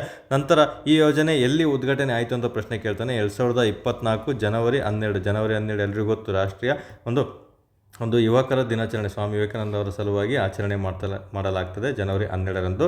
ಅಂಥ ದಿನದಂದು 2024 ಜನವರಿ 12ರಂದು ಶಿವಮೊಗ್ಗ ಜಿಲ್ಲೆಯಲ್ಲಿ ಮುಖ್ಯಮಂತ್ರಿಗಳು ಅದನ್ನು ಉದ್ಘಾಟನೆ ಮಾಡಿರ್ತಾರೆ. ಮಾನ್ಯ ಮುಖ್ಯಮಂತ್ರಿ ಸಿದ್ದರಾಮಯ್ಯ ಅವರು, ನೆನಪಲ್ಲಿರಬೇಕಾಗುತ್ತೆ. ನಂತರ ನಮಗೆ ಈ ಒಂದು 2024 ಮತ್ತು 25ನೇ ಬಜೆಟ್ನಲ್ಲಿ ಎಷ್ಟು ಅಮೌಂಟನ್ನು ಯುವ ನಿಧಿಗೆ ಮೀಸಲಿಡಲಾಗಿದೆ ಅಂತ ಪ್ರಶ್ನೆಯನ್ನು ಕೇಳಲಾಗ್ತಿದೆ. 650 ಕೋಟಿಯನ್ನು ಮೀಸಲಿಡಲಾಗಿದೆ, ನೆನಪಲ್ಲಿರಬೇಕು. ಇದನ್ನು ಸಹ ಎಕ್ಸಾಮಲ್ಲಿ ಸ್ಟೇಟ್ಮೆಂಟ್ ರೂಪಾಂತರ ಕೇಳ್ತಾ ಬರ್ಬೋದು. ನಾನು ಇವತ್ತು ನಿಮಗೆ ಸ್ಟೇಟ್ಮೆಂಟ್ ಪ್ರಶ್ನೆಯನ್ನು ಕೇಳ್ತಾ ಇಲ್ಲ, ಬಟ್ ಇಲ್ಲಿ ಹೇಳಿರುವಂತಹ ಟಾಪಿಕಲ್ಲೇ ನಿಮಗೆ ಸ್ಟೇಟ್ಮೆಂಟ್ಗಳನ್ನು ಕೇಳಲಾಗ್ತದೆ, ನೆನಪಲ್ಲಿರಬೇಕು. ಯಾವ ರೀತಿ ಬೇಕಾದ್ರೂ ಅವ್ರು ನಿಮಗೆ ಪ್ರಶ್ನೆಗಳನ್ನು ಕೇಳ್ಬೋದು ಸ್ನೇಹಿತರೆ. ಬಟ್ ನೀವು ಕಾನ್ಸೆಪ್ಟನ್ನು ತಿಳ್ಕೊಂಡಿರಬೇಕು. ನಾವು ಒನ್ ವರ್ಡ್ ಹೇಳಿ ಸ್ಟೇಟ್ಮೆಂಟ್ ಓಡಲಿ, ಕಾನ್ಸೆಪ್ಟ್ ಅಂತೂ ಎಲ್ಲನೂ ಸಹ ನಿಮಗೆ ತಿಳಿಸ್ಕೊಟ್ಟಿರ್ತೀನಿ. ಓಕೆ, ನಂತರ ಈಗ ಈ ಪ್ರಶ್ನೆಗೆ ಬರೋಣ. ಯುವ ನಿಧಿ ಯೋಜನೆಯಡಿಯಲ್ಲಿ ಅತಿ ಪದವೀಧರರು ನೋಂದಣಿಯಾಗಿರುವ ಜಿಲ್ಲೆಗಳು ಅಂತ ಬರುತ್ತೆ. ನಮಗೆ ಅತಿ ಹೆಚ್ಚಾಗಿ ಜನಸಂಖ್ಯೆ ಇರೋದು ಎಲ್ರಿಗೂ ಸಹ ಗೊತ್ತಿರುತ್ತೆ. ನಮಗೆ ಬೆಳಗಾವಿ ಆಗಿರ್ಬೋದು, ಅಂದರೆ ಅತಿ ವಿಸ್ತೀರ್ಣದಲ್ಲಿ ದೊಡ್ಡದಾದಂತಹ ಒಂದು ಜಿಲ್ಲೆ ಯಾವುದು ಅಂತ ಕೇಳಿದರೆ ಬೆಳಗಾವಿ ಆಗಿರುತ್ತೆ. ಹಾಗಾದರೆ ವಿಸ್ತೀರ್ಣದಲ್ಲಿ ದೊಡ್ಡದಿದೆ ಅಂತ ಹೇಳ್ಬಿಟ್ರೆ ಯುವಕರು ಸಹ ಇಲ್ಲಿ ಜಾಸ್ತಿ ಇರ್ಬೋದು ಅನ್ನೋದನ್ನ ಗೆಸ್ ಮಾಡಬೇಕಾಗುತ್ತೆ ನೀವು. ನಂತರ ನಮಗೆ ಸೆಕೆಂಡ್ ಅತಿ ಹೆಚ್ಚಾಗಿರೋದು ಕಲಬುರಗಿಯಲ್ಲಿ. ಓಕೆ, ಹಾಗಾದರೆ ಸರಿ ಉತ್ತರ ಯಾವುದಿಲ್ಲಿ? ಬೆಳಗಾವಿಯಲ್ಲಿ ಅತಿ ಹೆಚ್ಚು ಪದವೀಧರರು ಇದಕ್ಕೆ ನೋಂದಣಿಯನ್ನು ಮಾಡಿರ್ತಾರೆ ಸ್ನೇಹಿತರೆ. ಎಕ್ಸಾಕ್ಟ್ ಡೇಟಾ ಏನು ಕೇಳಲ್ಲ. ಅತಿ ಹೆಚ್ಚು ಅಂದರೆ 13,623 ಜನ ಒಂದು ಅಭ್ಯರ್ಥಿಗಳು ಅದಕ್ಕೆ ಆಯ್ಕೆ ಆಗಿರ್ತಾರೆ, ನೆನಪಲ್ಲಿಟ್ಕೋಬೇಕು. ಇನ್ನು ಕಲಬುರಗಿಯಲ್ಲಿ 10,000ಕ್ಕೂ ಅಧಿಕ ಅಭ್ಯರ್ಥಿಗಳಿದ್ದಾರೆ. ಅತಿ ಕಡಿಮೆ, ಓಕೆ, ಇದು ಫಸ್ಟ್ ಆಗಿರುತ್ತೆ, ಇದು ಸೆಕೆಂಡ್ ಆಗಿರುತ್ತೆ. ಇನ್ನು ಅತಿ ಕಡಿಮೆ ನೋಂದಣಿ ಆಗಿರುವಂಥ ಜಿಲ್ಲೆ ಕೇಳಿದರೆ ನಮ್ಮ ಕೊಡಗು ಜಿಲ್ಲೆ ಆಗಿರುತ್ತೆ. ಇದನ್ನು ಸಹ ಕೇಳ್ಬೋದು, ಲಾಸ್ಟಲ್ಲಿ ಇದೆ ಸ್ನೇಹಿತರೆ. ಓಕೆ, ಇಷ್ಟು ಸಹ ಈ ಒಂದು ಯುವ ನಿಧಿ ಅಂತ ಬಂದಾಗ ನೀವು ನೆನಪಲ್ಲಿಟ್ಕೊಂಡಿರಬೇಕಾಗುತ್ತೆ. ನಂತರ ಮುಂದಿನ ಪ್ರಶ್ನೆ ಹೀಗಿದೆ: ಸುದ್ದಿಯಲ್ಲಿರುವ ಹಿರೇಬೆಣಕಲ್ ಶಿಲಾ ಸಮಾಧಿಗಳು ಎಲ್ಲಿದೆ ಅಂತ ಪ್ರಶ್ನೆ ಕೇಳಲಾಗ್ತಿದೆ. ಯಾಕಂದರೆ ಇದು ಸುದ್ದಿಯಲ್ಲಿದೆ, ಹಾಗಾಗಿ ಇದ್ರ ಮೇಲೆ ಪ್ರಶ್ನೆಯನ್ನು ನಿಮಗೆ ಕೇಳಲಾಗ್ತಿದೆ ಸ್ನೇಹಿತರೆ. ನಮಗೆಲ್ಲರಿಗೂ ಸಹ ಗೊತ್ತು, ನಮಗೆ ಏನು ಈ ಉತ್ತರ ಕನ್ನಡ, ಓಕೆ, ಉತ್ತರ ಕನ್ನಡ ಜಿಲ್ಲೆ ಬಗ್ಗೆ ನಾವು ನೋಡ್ತಾ ಬರೋಣ. ಉತ್ತರ ಕನ್ನಡ ಜಿಲ್ಲೆ ಅಂತ ಬಂದಾಗ ಇಲ್ಲೊಂದು ನಮಗೆ ಪರಮಾಣು ವಿದ್ಯುತ್ ಸ್ಥಾವರ ಇದೆ ಸ್ನೇಹಿತರೆ. ಪರಮಾಣು ವಿದ್ಯುತ್ ಸ್ಥಾವರ ಎಲ್ರಿಗೂ ಸಹ ಗೊತ್ತು. ಪರಮಾಣು ವಿದ್ಯುತ್ ಸ್ಥಾವರ ಯಾವುದಂತ ಒಂದು ಕೈಗಾ ಪರಮಾಣು ವಿದ್ಯುತ್ ಸ್ಥಾವರ ಇರುತ್ತೆ. ಇದೊಂದು ಕಾಳಿ ನದಿಯ ಎಡದಂಡೆಯ ಮೇಲಿದೆ. ಇದನ್ನು ಸಹ ಪ್ರಶ್ನೆ ಆಗಿದೆ. ಕಾಳಿ ನದಿಯ ಎಡದಂಡೆಯ ಮೇಲಿರುವಂತಹ ಕೈಗಾ ಪರಮಾಣು ವಿದ್ಯುತ್ ಸ್ಥಾವರದಂತೆ ಭಾರತ ಸರ್ಕಾರವು ಕರ್ನಾಟಕದಲ್ಲಿ ಇನ್ನೊಂದು ಪರಮಾಣು ವಿದ್ಯುತ್ ಸ್ಥಾವರವನ್ನು ರಚನೆ ಮಾಡಬೇಕಂತ ಇದ್ದಾರೆ. ಎಲ್ಲಿ ಅಂತ ಕೇಳಿದರೆ ಅದು ಒಂದು ಏನು ಈ ಹಿರೇಬೆಣಕಲ್ ಶಿಲೆಗಳ ಬಳಿ ಅಂತ. ಓಕೆ, ಈ ಸ್ಥಳ ಇದೆಯಲ್ಲ, ಈ ಶಿಲೆಗಳ ಬಳಿ, ಓಕೆ, ಯಾವುದು ಬೆಣಕಲ್ ಅಂತ ಸ್ಥಳ ಬರುತ್ತಲ್ಲ, ಇಲ್ಲೇ ಇನ್ನೊಂದು ಪರಮಾಣು ವಿದ್ಯುತ್ ಸ್ಥಾವರವನ್ನು ರಚನೆ ಮಾಡಬೇಕಂತ ಹೇಳ್ಬಿಟ್ಟು ಕೇಂದ್ರ ಸರ್ಕಾರ ಇತ್ತೀಚೆಗೆ ಅನುಮೋದನೆ ಅಥವಾ ಈ ಒಂದು ಜಾಗವನ್ನು ಆಯ್ಕೆ ಮಾಡಿಕೊಂಡಿದೆ ಸ್ನೇಹಿತರೆ. ಹಾಗಾಗಿ ಇದು ಸುದ್ದಿಯಲ್ಲಿದೆ. ಇಲ್ಲಿ ಒಂದು ಪರಮಾಣು ವಿದ್ಯುತ್ ಸ್ಥಾವರವನ್ನು ಸ್ಥಾಪನೆ ಮಾಡಬೇಕಂತಿದ್ದಾರೆ. ಅದು ಯಾವ ಜಿಲ್ಲೆಯಲ್ಲಿದೆ ಅಂತ ನಿಮಗೆ ಇಂಡೈರೆಕ್ಟ್ ಪ್ರಶ್ನೆಯನ್ನು ಕೇಳಲಾಗ್ತದೆ. ಅದು ನಮಗೆ ಸರಿ ಉತ್ತರ ಬಂದು ಕೊಪ್ಪಳ ಜಿಲ್ಲೆಯಲ್ಲಿರುತ್ತೆ ಸ್ನೇಹಿತರೆ. ಇದನ್ನು ಸಹ ಎಕ್ಸಾಮಲ್ಲಿ ಪ್ರಶ್ನೆಯನ್ನು ನಿಮಗೆ ಕೇಳಲಾಗ್ತದೆ. ಇದು ಸಹ ತುಂಬಾ ಇಂಪಾರ್ಟೆಂಟ್ ಆಗುತ್ತೆ. ಪರಮಾಣು ವಿದ್ಯುತ್ ಸ್ಥಾವರ ಅಂತ ಬಂದಾಗ ಎರಡು ನೆನಪಿಟ್ಕೋಬೇಕು, ಕೈಗಾ ಆಗಿರ್ಬೋದು ಮತ್ತು ಹಿರೇಬೆಣಕಲ್ ಆಗಿರ್ಬೋದು, ಅವೆರಡು ಸಹ ನೆನಪಲ್ಲಿರ್ಬೇಕು ನಿಮಗೆ. ಹಾಗಾದರೆ ಸರಿ ಉತ್ತರ ಯಾವುದು? ಕೊಪ್ಪಳ. ಹಿರೇಬೆಣಕಲ್ ಶಿಲಾ ಸಮಾಧಿಗಳು ಎಲ್ಲಿ ಕಂಡು ಬರ್ತದೆ ಅಂದರೆ ನಮ್ಮ ಕೊಪ್ಪಳ ಜಿಲ್ಲೆಯಲ್ಲಿ ಕಂಡು ಬರ್ತದೆ. ಮುಂದಿನ ಪ್ರಶ್ನೆ ಹೀಗಿದೆ ನೋಡಿ: ನಾನಾಜಿ ದೇಶ್ಮುಖ್ ಸರ್ವೋತ್ತಮ ಸತತ್ ವಿಕಾಸ್ ಪುರಸ್ಕಾರ ಪ್ರಶಸ್ತಿಯು ಯಾವ ಜಿಲ್ಲೆಗೆ ಲಭಿಸಿದೆ? ನೀವು ಆಲ್ರೆಡಿ ಓದಿದರೆ ಜಸ್ಟ್ ವಿಡಿಯೋವನ್ನು ಫ್ಯೂಸ್ ಮಾಡಿಕೊಂಡು ಆಪ್ಷನ್ ನೋಡಿ ಉತ್ತರ ಚೂಸ್ ಮಾಡೋದಕ್ಕೆ ಟ್ರೈ ಮಾಡಬೇಕು ಸ್ನೇಹಿತರೆ. ಓದಿಲ್ಲ ಅಂದರೆ ನಾನು ಹೇಳೋದನ್ನು ಸಹ ಕೇಳ್ಕೋಬೇಕಾಗುತ್ತೆ. ಒಂದ್ಸಲ ಪ್ರಶ್ನೆಯನ್ನು ಮನಸಲ್ಲೇ ಓದ್ಕೋಬೇಕು. ನಾನಾಜಿ ದೇಶ್ಮುಖ್ ಸರ್ವೋತ್ತಮ ಸತತ್ ವಿಕಾಸ್ ಪುರಸ್ಕಾರ ಪ್ರಶಸ್ತಿಯು ಯಾವ ಜಿಲ್ಲೆಗೆ ಲಭಿಸಿದೆ ಅಂತ ಪ್ರಶ್ನೆಯನ್ನು ನಿಮಗೆ ಕೇಳಲಾಗ್ತದೆ. ಮೊದಲು ಈ ಪ್ರಶಸ್ತಿ ಬಗ್ಗೆ ಮಾಹಿತಿಯನ್ನು ನಿಮಗೆ ಗೊತ್ತಿರಬೇಕಾಗಿದ್ದಲ್ಲಿ ಮಾತ್ರ ಉತ್ತರ ನೀಡೋಕ್ಕಾಗೋದು. ಒಂದು ಏನು ಈ ಕೇಂದ್ರ ಸರ್ಕಾರದ ಇದೊಂದು ಎಂಥದ್ದಾಗಿದೆ, ಕೇಂದ್ರ ಸರ್ಕಾರದ ಒಂದು ಪ್ರಶಸ್ತಿ ಆಗಿದೆ. ಯಾವ ಇಲಾಖೆ ನೀಡುತ್ತೆ ಅಂತ ಹೇಳಿದರೆ ಕೇಂದ್ರ ಸರ್ಕಾರದ ಒಂದು ಪಂಚಾಯತ್ ರಾಜ್ ಇಲಾಖೆ ಇದನ್ನು ಪ್ರಶಸ್ತಿಯನ್ನು ನೀಡ್ತಾ ಬರುತ್ತೆ ಸ್ನೇಹಿತರೆ. ಇದು ತುಂಬಾ ಇಂಪಾರ್ಟೆಂಟ್ ಆಗಿರುತ್ತೆ. ಈ ಒಂದು ಪ್ರಶಸ್ತಿಗೆ ಅಂತ ಬಂದಾಗ ನಮಗೆ ಏನು ಒಂದು ಪ್ರಶಸ್ತಿಯ ಮೊತ್ತ ಎಷ್ಟಾಗಿದೆ ಅಂತ ಕೇಳಿದರೆ 2 ಕೋಟಿ ಆಗಿರುತ್ತೆ. ಇದಕ್ಕೆ ಭಾಜನಾಗಿರುವಂತಹ ಒಂದು ಜಿಲ್ಲೆ ಯಾವ ಜಿಲ್ಲೆಗೆ ಲಭಿಸಿದೆ ಮೊದಲನೇ ಸ್ಥಾನದಲ್ಲಿ ಅಂತ ಪ್ರಶ್ನೆಯನ್ನು ಕೇಳಲಾಗ್ತದೆ. ಸೊ ಇಲ್ಲಿ ಆಪ್ಷನ್ ಕೊಟ್ಟಿರೋದು ಎಲ್ಲನೂ ಸಹ ಇಂಪಾರ್ಟೆಂಟ್ ಆಗಿದೆ ನೋಡಿ. ಇಲ್ಲಿ ಗೋಮತಿ ಅಂತಿದೆಯಲ್ಲ, ಈ ಗೋಮತಿ ಬರೋದು ನಮಗೆ ತ್ರಿಪುರದ ಒಂದು ಜಿಲ್ಲೆ ಆಗಿರುತ್ತೆ. ಇದು ಕೋರಾಪುಟ್ ಅಂತ ಇದೆ ನೋಡಿ, ಇದು ಒಡಿಸ್ಸಾದ ಒಂದು ಜಿಲ್ಲೆ ಆಗಿರುತ್ತೆ. ನಂತರ ಇದು ಎಲ್ರಿಗೂ ಗೊತ್ತು ಕರ್ನಾಟಕದ ಒಂದು ಜಿಲ್ಲೆ, ಇದು ಮಧ್ಯಪ್ರದೇಶದ ಒಂದು ಜಿಲ್ಲೆ ಅಂತ ಎಲ್ರಿಗೂ ಗೊತ್ತು. ಸೊ ಇದು ಮೊದಲ ಬಾರಿಗೆ ಯಾವ ಒಂದು ಈ ಸತತ ವಿಕಾಸ್ ಪುರಸ್ಕಾರ ಪ್ರಶಸ್ತಿ ಯಾರಿಗೆ ಲಭಿಸಿದೆ ಅಂತ ಪ್ರಶ್ನೆಯನ್ನು ಕೇಳ್ತಾರೆ. ಪ್ರಥಮ ಸ್ಥಾನ ಇದು ಗೋಮತಿ, ತ್ರಿಪುರದಲ್ಲಿರುವ ಗೋಮತಿ ಜಿಲ್ಲೆಗೆ ಪ್ರಥಮ ಸ್ಥಾನವನ್ನು ಪಡೆದುಕೊಂಡಿದೆ. ಇನ್ನು ದ್ವಿತೀಯ ಸ್ಥಾನ, ಓಕೆ, ದ್ವಿತೀಯ ಸ್ಥಾನ ಅಂತ ಬಂದಾಗ ಯಾವ್ದು ಪಡೆದುಕೊಂಡಿದೆ ಅಂತ ಕೇಳಿದರೆ ಇದು ದ್ವಿತೀಯ ಸ್ಥಾನ ಪಡೆದುಕೊಂಡಿದೆ. ಯಾವುದು? ಕೋರಾಪುಟ್ ದ್ವಿತೀಯ ಸ್ಥಾನವನ್ನು ಪಡೆದುಕೊಂಡಿರ್ತದೆ ಸ್ನೇಹಿತರೆ. ಹಾಗಾದರೆ ಇಲ್ಲಿ ಉಡುಪಿ ಏನಕ್ಕೆ ಕೊಟ್ಟಿದ್ದೀವಿ ಅನ್ನೋದಾದರೆ ನಮಗೆ ಉಡುಪಿ ಥರ್ಡ್ ಪ್ಲೇಸು ಉಡುಪಿ, ಕರ್ನಾಟಕದ ಉಡುಪಿ ಜಿಲ್ಲೆಗೆ ನಾನಾಜಿ ದೇಶ್ಮುಖ್ ಸರ್ವೋತ್ತಮ ಸತತ್ ವಿಕಾಸ್ ಪುರಸ್ಕಾರ ಪ್ರಶಸ್ತಿ ಲಭಿಸಿದೆ, ನೆನಪಲ್ಲಿರಬೇಕಾಗುತ್ತೆ. ಇದಕ್ಕೆ ಸರಿ ಉತ್ತರ ಗೋಮತಿ ಆಗಿರುತ್ತೆ. ಫಸ್ಟ್, ಸೆಕೆಂಡ್, ಥರ್ಡ್ ಅಂತ ನೀವು ನೆನಪಲ್ಲಿಟ್ಕೊಂಡಿರಬೇಕಾಗುತ್ತೆ ಎಕ್ಸಾಮಲ್ಲಿ. ಇಲ್ಲಾಂದರೆ ಕರ್ನಾಟಕದಲ್ಲಿ ಈ ಕೆಳಗಿನ ಯಾವ ಒಂದು ಜಿಲ್ಲೆಗೆ ನಾನಾಜಿ ದೇಶ್ಮುಖ್ ಸರ್ವೋತ್ತಮ ಸತತ್ ವಿಕಾಸ್ ಪುರಸ್ಕಾರ ಪ್ರಶಸ್ತಿ ಲಭಿಸಿದೆ ಅಂತ ನಿಮಗೆ ಪ್ರಶ್ನೆಯನ್ನು ಕೇಳಲಾಗ್ತದೆ. ಅದು ಉಡುಪಿ ಜಿಲ್ಲೆ ಆಗಿರುತ್ತೆ. ಫಸ್ಟ್ ಅಂತ ಕೇಳಿದರೆ ಗೋಮತಿ, ಸೆಕೆಂಡ್ ಕೋರಾಪುಟ್ಟು ನೆನಪಲ್ಲಿರಬೇಕಾಗುತ್ತೆ ಸ್ನೇಹಿತರೆ. ಇವನು ಸಹ ನಿಮಗೆ ಸ್ಟೇಟ್ಮೆಂಟ್ ರೂಪದಲ್ಲಿ ಕೇಳ್ತಾರೆ, ನೆನಪಲ್ಲಿರಬೇಕು. ನಂತರ ಮುಂದಿನ ಪ್ರಶ್ನೆ, ತಮಿಳುನಾಡು ಸರ್ಕಾರವು ನೀಡುವ 2024ನೇ ಸಾಲಿನ ವೈಕಂ ಪ್ರಶಸ್ತಿಯನ್ನು ಕರ್ನಾಟಕದ ಈ ಕೆಳಗಿನ ಯಾವ ಸಾಹಿತಿಗೆ ನೀಡಲಿದೆ ಅಥವಾ ಲಭಿಸಿದೆ ಅಂತ ಪ್ರಶ್ನೆಯನ್ನು ನಿಮಗೆ ಕೇಳಲಾಗ್ತದೆ. ಹಾಗಾದರೆ ಕರ್ನಾಟಕ ಸರ್ಕಾರ ಅಂತ ಬಂದಾಗ ಕರ್ನಾಟಕ ಅಂತ ಬರಲಿದ್ದು ತಮಿಳುನಾಡು. ಓಕೆ, ತಮಿಳುನಾಡು ಸರ್ಕಾರ ಯಾವ ಪ್ರಶಸ್ತಿ? ವೈಕಂ ಪ್ರಶಸ್ತಿಯನ್ನು ನೀಡುವಂತಹ ಯಾವ ರಾಜ್ಯ ಸರ್ಕಾರ ಈ ಪ್ರಶಸ್ತಿಯನ್ನು ನೀಡುತ್ತೆ ಅಂತ ಪ್ರಶ್ನೆ ಕೇಳಿದರೆ ತಮಿಳುನಾಡು ರಾಜ್ಯ ಸರ್ಕಾರ ನೀಡುತ್ತೆ ಸ್ನೇಹಿತರೆ. ಅದರಲ್ಲಿ ಈ ಸಲ ಕನ್ನಡಿಗನಿಗೆ ನೀಡಲಾಗಿದೆ, ಹಾಗಾಗಿ ಇದು ತುಂಬಾ ಇಂಪಾರ್ಟೆಂಟ್ ಆಗುತ್ತೆ, ಸುದ್ದಿಯಲ್ಲಿದೆ. ಓಕೆ, ಯಾರಿಗೆ ನೀಡಲಾಗಿದೆ ಇದಕ್ಕೆ ಅಂತ ನೋಡ್ತಾ ಬರೋಣ. ನಮಗೆ ದೇವನೂರು ಮಹಾದೇವ ಅವರಿಗೆ ಈ ಪ್ರಶಸ್ತಿಯನ್ನು ನೀಡಲಾಗಿದೆ ಸ್ನೇಹಿತರೆ. ಇದು ತುಂಬಾ ಇಂಪಾರ್ಟೆಂಟ್ ಆಗಿರುತ್ತೆ. ಹಾಗಾದರೆ ಮಿಕ್ಕಿದ್ದ ಒಂದು ಆಪ್ಷನ್ಗಳು ಅಂತ ಬಂದಾಗ ಇವರಿಬ್ಬರು ಯಾವಾಗಲೂ PCPSC ಪ್ರಶ್ನೆಗಳನ್ನು ಕೇಳಲಾಗಿದೆ. ಇದಕ್ಕೆ ಸರಿ ಉತ್ತರ ಡಿ ಆಗಿರುತ್ತೆ. ಬಟ್ ಇವರಿಬ್ಬರು ಮಾಹಿತಿಯನ್ನು ನೀವು ನೋಡ್ತಾ ಬರಬೇಕಾಗುತ್ತೆ. ಯಾರು? SL ಭೈರಪ್ಪ ಅಂತ ಬಂದಾಗ, ನಂತರ ವೀರಪ್ಪ ಮೊಯ್ಲಿ ಅಂತ ಬಂದಾಗ ನಿಮಗೆ ಯಾವಾಗಲೂ ಪ್ರಶ್ನೆಗಳನ್ನು PCPSI FDA SDಯಲ್ಲಿ ಪದೇ ರಿಪೀಟ್ ಆಗುತ್ತೆ. ಯಾವುದು? ಇವರಿಬ್ಬರಿಗೆ ಸರಸ್ವತಿ ಸಮ್ಮಾನ್ ಇವರಿಬ್ಬರಿಗೆ ಲಭಿಸಿರೋದು ನಮ್ಮ ಕರ್ನಾಟಕದಲ್ಲಿ. ಸರಸ್ವತಿ ಸಮ್ಮಾನ್ ಪ್ರಶಸ್ತಿ ಯಾರಿಗೆ ಲಭಿಸಿದೆ ಅಂತ ಕೇಳ್ತಾನೆ. ಅದು SL ಭೈರಪ್ಪ ಅವರಿಗೆ ಮೊದಲಿಗೆ, ನಂತರ ವೀರಪ್ಪ ಮೊಯ್ಲಿ ಅವರಿಗೆ ಲಭಿಸಿರ್ತದೆ ಸ್ನೇಹಿತರೆ. ಇವರಿಗೆ ಎಷ್ಟರಲ್ಲಿ ಲಭಿಸಿತ್ತು ಅಂತಲೂ ಸಹ ಪ್ರಶ್ನೆ ಆಗಿದೆ. 2010 ಮತ್ತು ಇವರಿಗೆ 2014ರಲ್ಲಿ ಲಭಿಸಿರುತ್ತೆ. ಇವೆರಡು ಪ್ರಶ್ನೆಗಳು ಪದೇ ರಿಪೀಟ್ ಆಗಿರುತ್ತೆ. ನಂತರ ಯಾವ ಕೃತಿಗೆ SL ಭೈರಪ್ಪ ಅವರಿಗೆ ಈ ಪ್ರಶಸ್ತಿ ದೊರಕಿತ್ತು ಅಂತ ಪ್ರಶ್ನೆ ಕೇಳ್ತಾನೆ. ಮಂದ್ರ. ಓಕೆ, ಮಂದ್ರ ಕೃತಿ ಯಾರು ಬರೆದವರು ಅಂತಲೂ ಕೇಳ್ತಾನೆ, ಅಥವಾ ಯಾವ ಪ್ರಶಸ್ತಿ ದೊರಕಿತ್ತು ಅಂತಲೂ ಕೇಳ್ತಾನೆ. ಸರಸ್ವತಿ ಸಮ್ಮಾನ್ ಪ್ರಶಸ್ತಿ ಆಗಿರುತ್ತೆ. ನಂತರ ನಮಗೆ ವೀರಪ್ಪ ಮೊಯ್ಲಿ ಅವರಿಗೆ ಲಭಿಸಿದ್ದು ಯಾವ ಕೃತಿಗೆ ಅಂತ ಕೇಳ್ತಾನೆ. ಶ್ರೀ ರಾಮಾಯಣ ಮಹಾನ್ವೇಷಣಂ. ಓಕೆ, ಶ್ರೀ ರಾಮಾಯಣ ಮಹಾನ್ವೇಷಣಂ ಇದು ತುಂಬ ಬಾರಿ PCPSI FD ST ಎಲ್ಲ ಎಕ್ಸಾಮಲ್ಲೂ ರಿಪೀಟ್ ಆಗಿದೆ ಸ್ನೇಹಿತರೆ, ನೆನಪಲ್ಲಿರಬೇಕು. ಮಂದ್ರ ಮತ್ತು ಶ್ರೀರಾಮಾಯಣ ಮಹಾನ್ವೇಷಣ. ಮಂದ್ರ ಅಂತ ಬಂದಾಗ SL ಭೈರಪ್ಪ, ಶ್ರೀರಾಮಾಯಣ ಮಹಾನ್ವೇಷಣ ಅಂತ ಬಂದಾಗ ವೀರಪ್ಪ ಮೊಯ್ಲಿ ಅವರಿಗೆ ದೊರಕಿರ್ತದೆ ಸ್ನೇಹಿತರೆ. ಇನ್ನು ಸಿದ್ಧಲಿಂಗಯ್ಯವರ ಯಾವಾಗಲೂ ಕೃತಿ ಕೇಳ್ತಾನೆ. ಊರು ಕೇರಿ ಎಂಬ ಕೃತಿಯನ್ನು ಬರೆದವರು ಯಾರು ಅಂತ ಕೇಳ್ತಾರೆ, ಅಥವಾ ದಲಿತ ಕವಿ ಅಂತ ಯಾರನ್ನು ಕರಿತೀವಿ ಅಂತ ಕೇಳ್ತಾರೆ. ದಲಿತ ಕವಿ ಅಂತ ಸಿದ್ಧಲಿಂಗಯ್ಯವನ್ನು ಕರಿತೀವಿ. ಊರು ಕೇರಿ ಕೃತಿಯನ್ನು ಬರೆದವರು ಯಾರು ಅಂತ ಕೇಳಿದರೆ ಸಿದ್ಧಲಿಂಗಯ್ಯ ಅವರಾಗಿರ್ತಾರೆ, ನೆನಪಲ್ಲಿರಬೇಕು. ಓಕೆ, ನೆಕ್ಸ್ಟ್ ಮುಂದಿನ ಪ್ರಶ್ನೆ ನೋಡ್ತಾ ಬರೋಣ. ಮುಂದಿನ ಪ್ರಶ್ನೆ, 2024ರ ಕೇಂದ್ರ ಸಾಹಿತ್ಯ ಅಕಾಡೆಮಿ ಪ್ರಶಸ್ತಿಯು ಕರ್ನಾಟಕದ ಯಾವ ಸಾಹಿತಿಗೆ ಲಭಿಸಿದೆ ಅಂತ ನೋಡಿ. ಕೇಂದ್ರ ಸಾಹಿತ್ಯ ಅಕಾಡೆಮಿ ಪ್ರಶಸ್ತಿ ಅಂತ ಬಂದಾಗ ನಮಗೆ ತುಂಬ ಎಲ್ಲ ಒಂದು ಕೃತಿಗಳು ಅಂದರೆ ಎಲ್ಲ ಒಂದು ಭಾಷೆಗಳಿಗೂ ನೀಡುವಂತಹ ಒಂದು ಪ್ರಶಸ್ತಿ ಆಗಿರ್ತದೆ ಸ್ನೇಹಿತರೆ. ಟೋಟಲ್ಲು ಕೇಂದ್ರ ಸಾಹಿತ್ಯ ಅಕಾಡೆಮಿ ಪ್ರಶಸ್ತಿಯನ್ನು ಎಷ್ಟು ಭಾಷೆಗಳಿಗೆ ನೀಡಲಾಗುತ್ತದೆ ಅಂತ ಪ್ರಶ್ನೆ ಕೇಳ್ತಾನೆ. 24 ಭಾಷೆಗಳಿಗೆ ಅದನ್ನು ನೀಡಲಾಗ್ತದೆ. ಅದನ್ನು ನೀಡುವಂಥದ್ದು ನಮಗೆ ಕೇಂದ್ರ ಸರ್ಕಾರನೇ ಆಗಿರ್ತಾರೆ ಸ್ನೇಹಿತರೆ. ಅದನ್ನು ಸಹ ಇಂಪಾರ್ಟೆಂಟ್ ಆಗಿರುತ್ತೆ ನೋಡಿ. ನಮಗೆ ಇಲ್ಲಿ ಕನ್ಫ್ಯೂಷನ್ ಮಾಡ್ತಾನೆ. ಜ್ಞಾನಪೀಠ ಅಂತ ಬಂದಾಗ ಕೇವಲ 22 ಭಾಷೆಗಳಿಗೆ ಮಾತ್ರ ಈ ಪ್ರಶಸ್ತಿಯನ್ನು ನೀಡಲಾಗ್ತದೆ. ಬಟ್ ಇಲ್ಲಿ ನಮಗೆ ಕೇಂದ್ರ ಸಾಹಿತ್ಯ ಅಕಾಡೆಮಿ ಪ್ರಶಸ್ತಿ ಅಂತ ಬಂದಾಗ ಈ 22 ಭಾಷೆ ಪ್ಲಸ್ ಈ 22 ಭಾಷೆಯ ಜೊತೆಗೆ ರಾಜಸ್ಥಾನಿ ಮತ್ತು ಇಂಗ್ಲೀಷ್ ಭಾಷೆಗೂ ಸಹ ಈ ಒಂದು ಪ್ರಶಸ್ತಿಗಳನ್ನು ನೀಡಲಾಗ್ತದೆ. ಇದನ್ನು ಸಹ ಇಂಪಾರ್ಟೆಂಟ್ ಆಗಿರುತ್ತೆ. ಓಕೆ, ಈ ವರ್ಷ ಯಾರಿಗೆ ನೀಡಲಾಗಿದೆ ಅಂತ ಪ್ರಶ್ನೆ ಕೇಳಿದರೆ ಕನ್ನಡ ವಿಭಾಗದಲ್ಲಿ KV ನಾರಾಯಣ್ ಅಂತಿದೆ ನೋಡಿ, ಇವರಿಗೆ ಈ ಪ್ರಶಸ್ತಿಯನ್ನು ನೀಡಲಾಗಿದೆ ಸ್ನೇಹಿತರೆ. ಅದನ್ನು ಸಹ ಇಂಪಾರ್ಟೆಂಟ್ ಆಗಿರುತ್ತೆ. KV ನಾರಾಯಣ್ ಆಗಿರ್ತಾರೆ. ಯಾವ ಒಂದು ಇದಕ್ಕೋಸ್ಕರ ಅವರಿಗೆ ನೀಡಲಾಗಿದೆ ಅಂತ ಪ್ರಶ್ನೆ ಕೇಳ್ತಾನೆ. ಸಾಹಿತ್ಯ ವಿಮರ್ಶನ ಕೃತಿಗೆ. ಸಾಹಿತ್ಯ ವಿಮರ್ಶನ ಅಂದರೆ ಇವರು ಬರೆದಂತಹ ಒಂದು ಕೃತಿ ಇದೆ. ಯಾವುದು ಅಂದರೆ ನುಡಿಗಳ ಅಳಿವು ಅಂತ ಒಂದು ಕೃತಿ ಇದೆ. ನುಡಿಗಳ ಅಳಿವು ಎಂಬ ಕೃತಿಗೆ ಇವರಿಗೆ ಈ ಒಂದು ಪ್ರಶಸ್ತಿ ಲಭಿಸಿದೆ. ಇದು ಎಂತಹ ಕೃತಿ ಅಂತ ಕೇಳಿದರೆ ಒಂದು ಸಾಹಿತ್ಯ ವಿಮರ್ಶಾ ಕೃತಿಯಾಗಿರುತ್ತೆ. ಇದನ್ನು ಸಹ ಇಂಪಾರ್ಟೆಂಟು. KPSC ಗ್ರೂಪ್ ಸಿಗಳಲ್ಲಿ ಈ ರೀತಿ ಪ್ರಶ್ನೆಯನ್ನು ನಿಮಗೆ ಕೇಳಲಾಗ್ತದೆ ಸ್ನೇಹಿತರೆ.